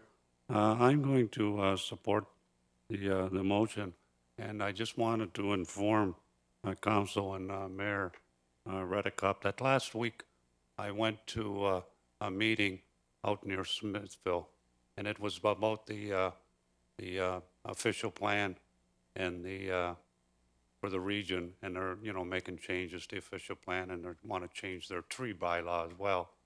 And while I was there, I ran into a lady that has been going around to different municipalities and promoting. I'm not sure exactly what she was, but something about creating bee colonies in communities, right? And I'm just wondering if maybe I gave the mayor that information that she gave me with her email, because I had told her that I would contact her and ask her to come to council to make a delegation and explain what it is that she was proposing for other municipalities. And it might be a good idea if she contact the student and have the student come with her. And Well, we could do that. I don't know whether we would do that before. I think it might be helpful if she were to contact staff beforehand. if yeah, this resolution when the passes. report is coming forward, she could come as a delegate and just speak on bee pollinating. But I would like to get the information from the student so that we could contact the student as well, and maybe the two of them could come together. I did circulate information Yeah, from the okay, all student. right. Councillor Dubino? Yes, thank you, Madam Chair. I'm happy to support this. I come from a family of 4 generation of beekeepers. I was raised around my grandfather's hives up in the north end of the region, and my uncle is still a beekeeper to this day. So I think this is fantastic. I understand just how important bees and other pollinators are to our community and ultimately our food supply. So I am glad the mayor is bringing this forward, and I'm happy to support it. Any other comments or questions? Seeing none, I'll call the question. All those in favor? That passes unanimously. Back to you. Thank you very much, Councillor Butler. And that then takes us to the next resolution, Councillor Dubinow. Thank you, Your Worship. Moved by myself, seconded by Councillor Butler. That staff be directed to send the areas of Jordan Drive, Nancy Street, Canada Drive, and Jasmine Court to the Environmental Advisory Committee for consideration of removal of the Environmental Conservation Overlay Zone from the lands of the developed subdivision. And I would like to speak to that if I may. Thank you, Your Worship. This is more of a housekeeping resolution more than anything else. It came to my attention during the storage container presentation that there are certain limitations that these properties have in Garrison Village, that despite being a developed subdivision without a tree canopy, they may be potentially breaking the law by doing simple things that other people on other lots take for granted that they're permitted to do. And I'm just wondering if, through you, Your Worship, if Mr. Brady would be willing to speak some more about this. Sure. Mr. Brady?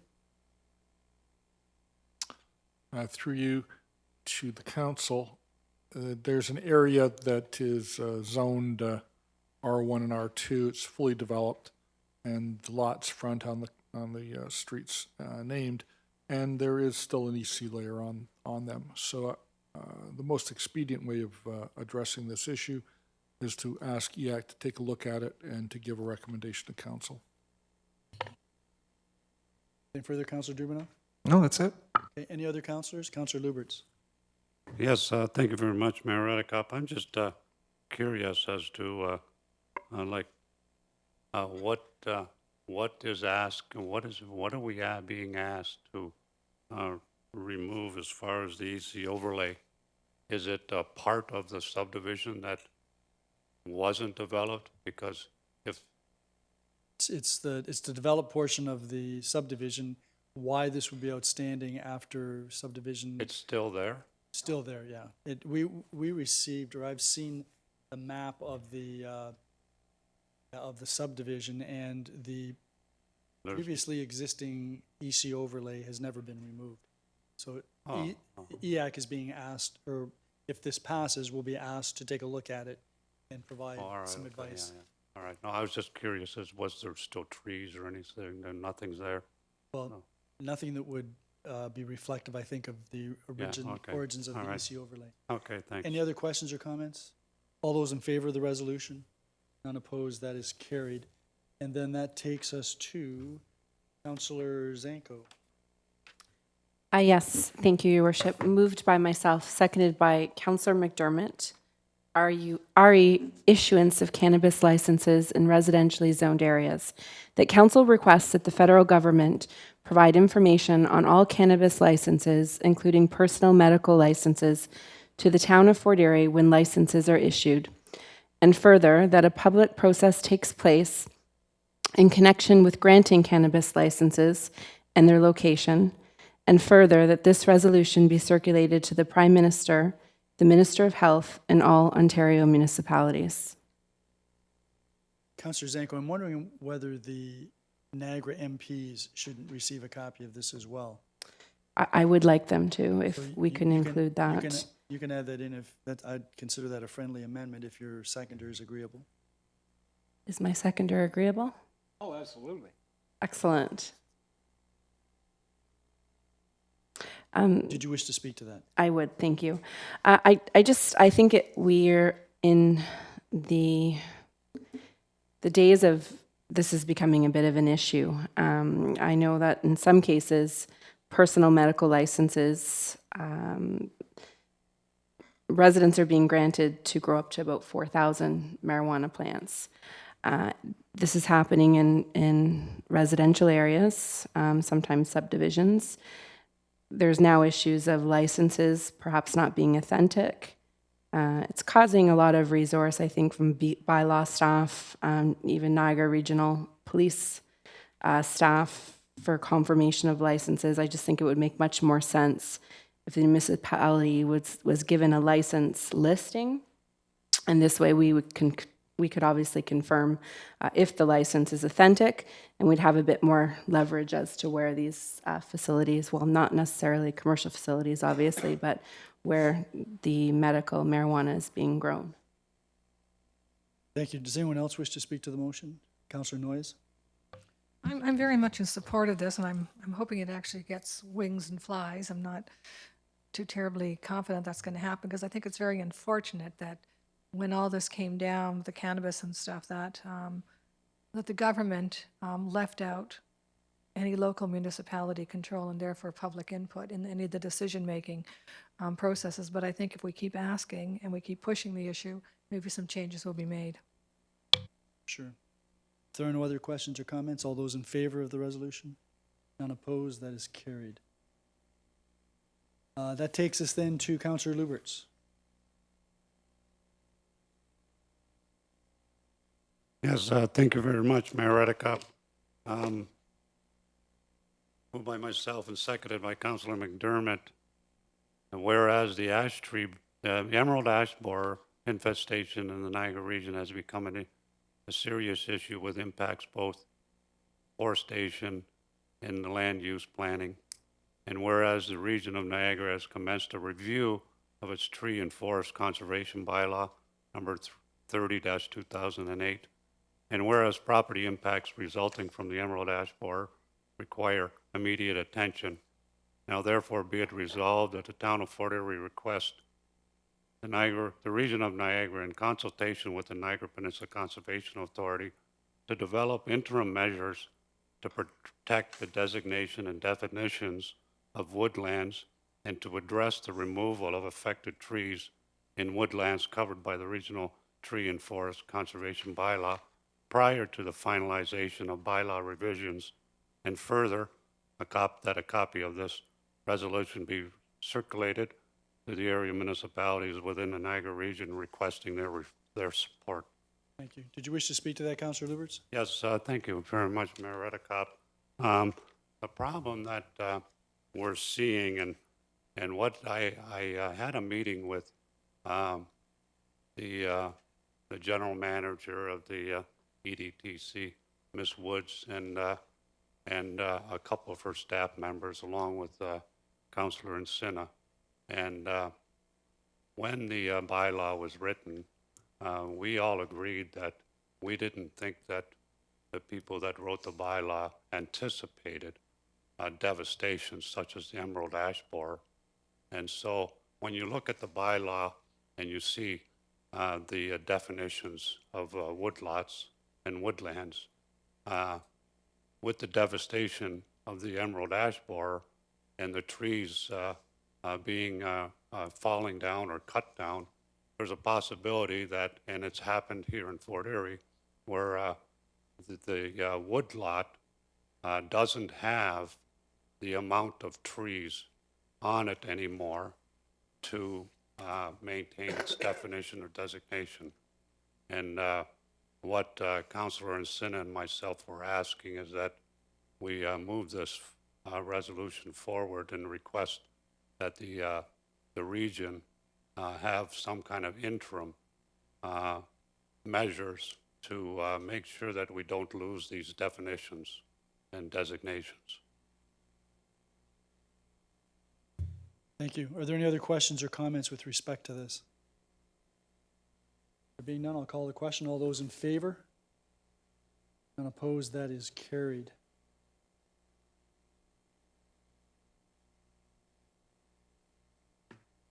That then takes us to notices of motion. And Councillor Dubineau, you had a... Yeah, actually, I have a few, if I may, Your Worship. Sure. The first one is related to the recommendations of the Waverly Beach Ad Hoc Committee, as mentioned in the minutes. That's returnable on June 17th. And I have two others, one expressing support for the Auditor General's recommendations related to the composition of the Niagara Peninsula Conservation Board, and for staff to develop policies related to our recommendations for the board, returnable June 17th as well. And the third, expressing support for Fort Erie citizen representative on the board, also returnable on June 17th. On the board of... The Niagara Peninsula Conservation Authority. Okay, so the person that we appointed has already been seated. Correct. So what's your notice of motion? Expressing support for her going forward. Oh, you don't need to bring a notice of motion for that. Under new business or inquiries, you could express your well wishes to her going forward. We've appointed her. Obviously, we want her to do well. Okay. I'll take that under advisement and I'll go from there. Any others? Councillor Butler. Thank you, Your Worship. I'm going to be bringing a notice of motion to put a four-way stop on the corners of Burley and Nye.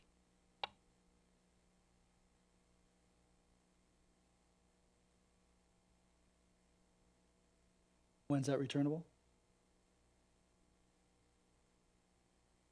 Are there any others? Then that takes us to the report on our agenda this evening. And Councillor Butler, you have the resolution.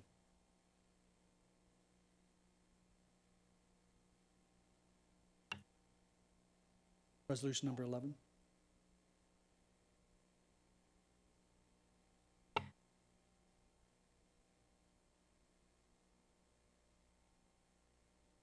It's not on the floor. But I know, are we, In order to defer it, it has to I be thought put we were on going the to have a, floor. yeah, sorry. Okay, so moved by myself, seconded by Councillor Dubineau, that's CAO-15-2019. The Economic Development and Tourism Corporation Governance and Service Delivery Model Review, that council receives the independent review of the Fort Erie Economic Development and Tourism Corporation, EDTC, conducted by Strategy Corps, attached as Appendix 1 to Administrative Report Number CAO-15-2019, and further, that council directs staff to prepare a new memorandum of agreement with the EDTC based on the consultant's suggested revisions, including a new board of directors, and further that if a new MOA cannot be agreed to, council directs staff to continue with the termination of the memorandum of agreement between the town of Fort Erie and the Economic Development and Tourism Corporation. Okay. Did you want to address this? But you can't speak to it if you want to move to defer it. Well, no, then you'd have to move that. But you'd have to tell us why. I'd like to move to defer this, and the reason is because I'd like to give us a couple of weeks to digest this and to actually discuss it amongst ourselves, to absorb what was presented to us. I think this moved really too quickly in one night to have the presentation and to pass a motion rather than to discuss it first. So it would be adjourned, it would be deferred until when? The next general meeting, so. The next council and committee meeting is June 10th. And yes, June 10th. Have a seconder for that? Mr. Dubineau? Okay. The resolution to defer is on the floor. It will be to June the 10th. Is there anything with respect to timing? What's your point of order? And I mean this on a friendly thing, one of the comments made by Councillor Butler so that we can discuss it amongst ourselves. And okay. Okay. As long as that's That's not it, okay. Then I don't have a point of order. Okay, so you're here the 17th? All right, so I'm just advised by the CAO that he's not here on the 10th. It would have to be the 17th. So, is that agreeable? So it's the 17th. You're not going to be here the 17th? Not to a motion to defer? In what? Well, look, we have a report. We received a report. It was on our agenda. We had an opportunity to review it. We've had an opportunity to hear from the consultants. Now we're being asked to defer it. The purpose to defer it is, according to Councillor Butler, is to digest and absorb what we've received and what we've heard. Okay? Councillor Luberts, timing? Yes, just on the timing, yeah.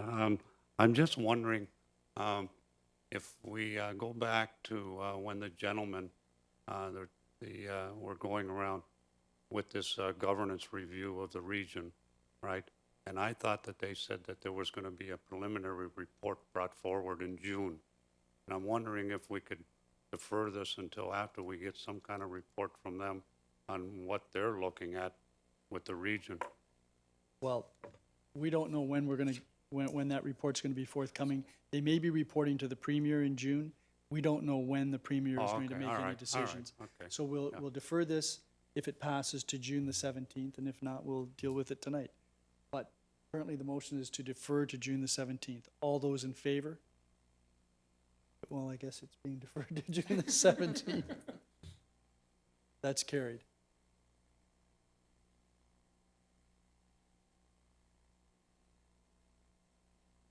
Okay, that takes us then to a resolution by Councillor Duvenot to go into closed session. Yes, thank you, Your Worship. Your Worship? Yes, Councillor McDermott? Very interested is that on Section A of the Yes. closed session, Yes. I have a conflict of interest. Okay, and that's because your son is employed by the Y. You've got that, Madam Clerk?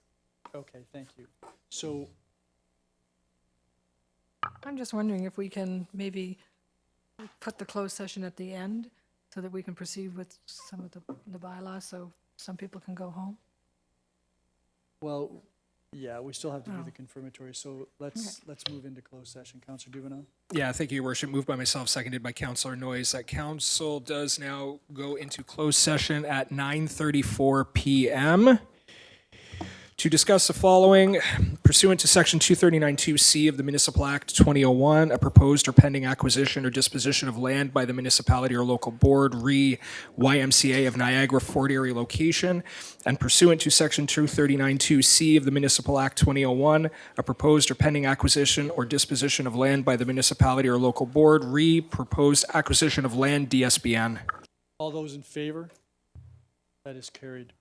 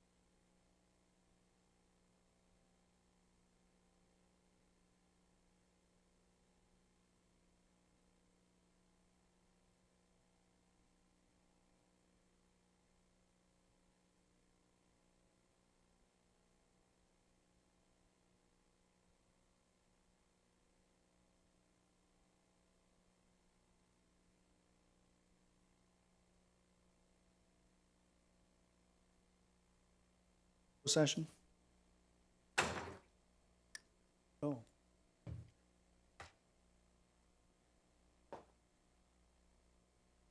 At Councillor Zanko's request, we're waiting for the clerk. She has now arrived.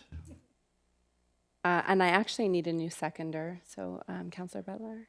Oh, Councillor Lewis? Whichever. Councillor Butler? Okay.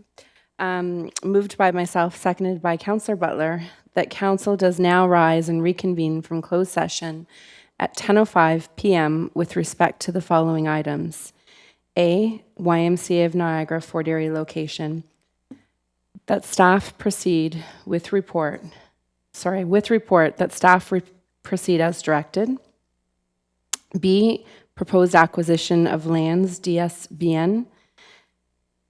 With report, staff proceed as directed. Are there any questions or comments? All those in favor? None opposed, that is carried. And we need a resolution to extend the time until 10:30. Councillor Butler, seconded by Councillor Duvenel reluctantly. All those in favor? Opposed? Duly noted. You don't have to stay, but since you have the next resolution, I'm asking you to. So that takes us to consideration of bylaws, and Councillor Noyes, I would point out to you that I declared a conflict with respect to bylaw 70.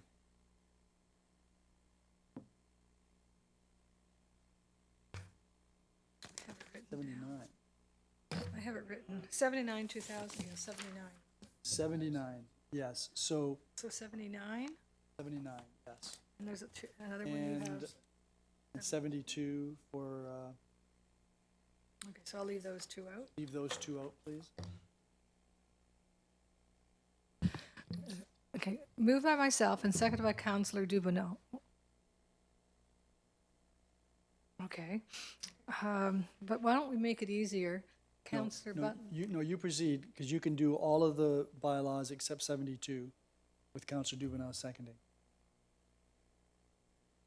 okay, moved by myself and seconded by Councillor Dubenot that the bylaw package containing 71, 2019 to amend bylaw number 97, 2015 to appoint deputy clerks for the purposes of commissioners for taking affidavits, Act and Courts of Justice Act, 73, 2009 to authorize the entry into an agreement with the Fort Erie Society for the Prevention of Cruelty to Animals, the Fort Erie SPCA, for the provision of animal control services, 74, 2019 to authorize the sale of lot 19, Plan 497, Birdie 485 Gloria Road to Linda Reed. Number 75, 2019 to authorize the sale of lot 19, Plan 497, Birdie 485 Gloria Road. Okay, that's the same one, isn't it? Okay, to Linda Reed. Yeah.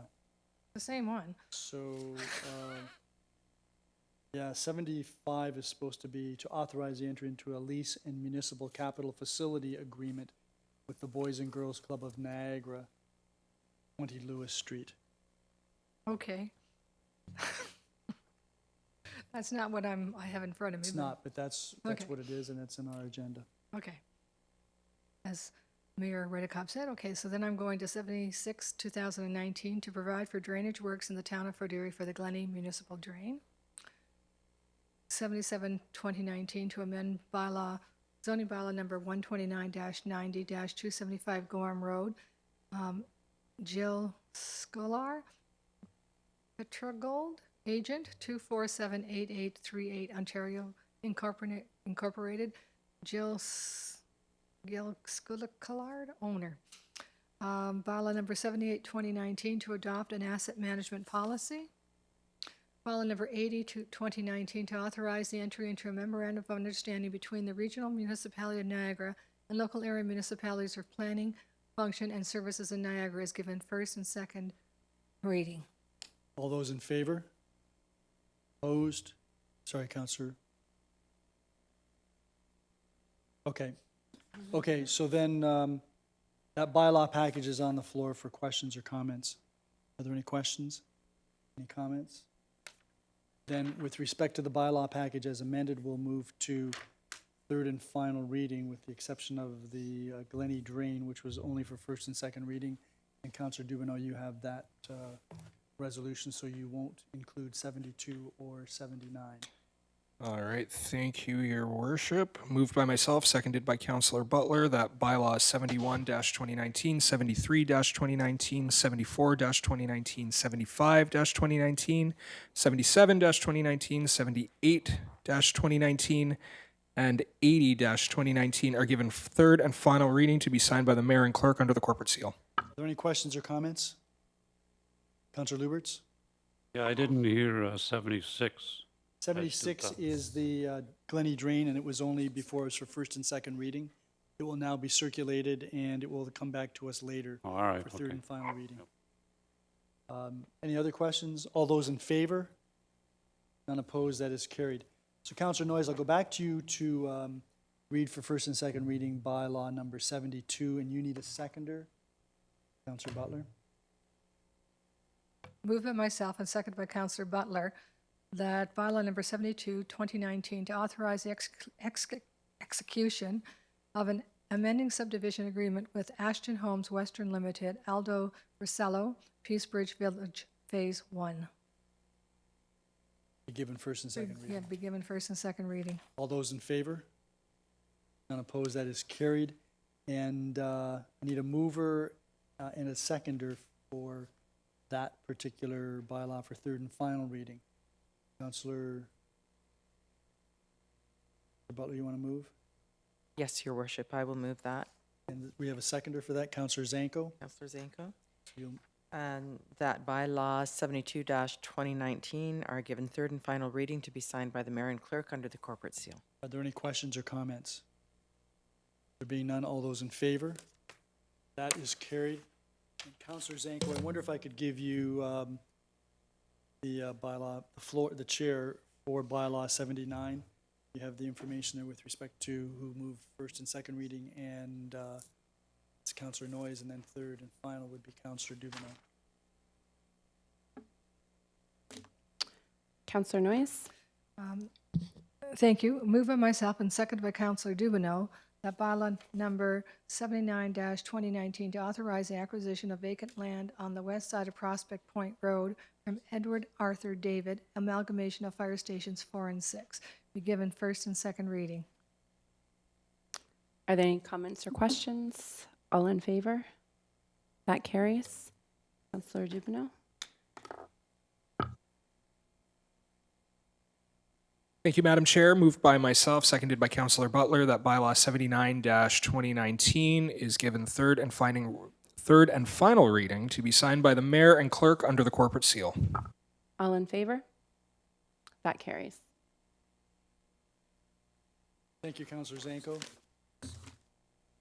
That takes us then to the confirmatory bylaw, and Councillor Butler, you have first and second reading for that. I do, yes, thank you, Your Worship. Moved by myself, seconded by Councillor Dubineau, that bylaw number 81-2019 to confirm the actions of council at its council meeting held on May 21st, 2019 is given first and second reading. All those in favor? None opposed, that is carried. Councillor Luberts, you have third and final reading for that bylaw. Yes, thank you very much, Mayor Redekop. Moved by myself and seconded by, I had Councillor McDermott, but he's not here anymore. Councillor Councillor Zanko. Zanko? Yeah, seconded by Councillor Zanko. That bylaw number 81-2019 is given third and final reading to be signed by the mayor and the clerk under the corporate seal. Are there any questions or comments? All those in favor? None opposed, that is carried. That takes us to scheduling of meetings. Councillor Noyes and then Councillor Zanko. Thank you. There is a meeting at the Black Creek Community Center in regards to the new development on the River Trail development, and that'll be at 6:30 this Thursday. Black Creek Community Center. That's May the 25th. The time again, sorry? You. Councillor Zanko. Thank you. Yes, we have an EDTC board meeting being held tomorrow, May 22nd at 5:30 p.m. That's being held at the EDTC. We also have an infrastructure committee meeting being held on May the 29th. It's a Wednesday at 5 p.m. here at Town Hall in Conference Room 3. Any other meetings? Councillor Dubenel. Yes, thank you, Your Worship. Tomorrow here at Town Hall at 5:30 in Boardroom 1, we have a Community Gaming Development Corporation meeting. We have a Transit Advisory Committee meeting on Tuesday, May 28th at 1:30. And we have a Waverly Beach Ad Hoc Committee meeting on June 5th at 5:30 here at Town Hall. Are there any other meetings? Other than the one you guys are holding over there?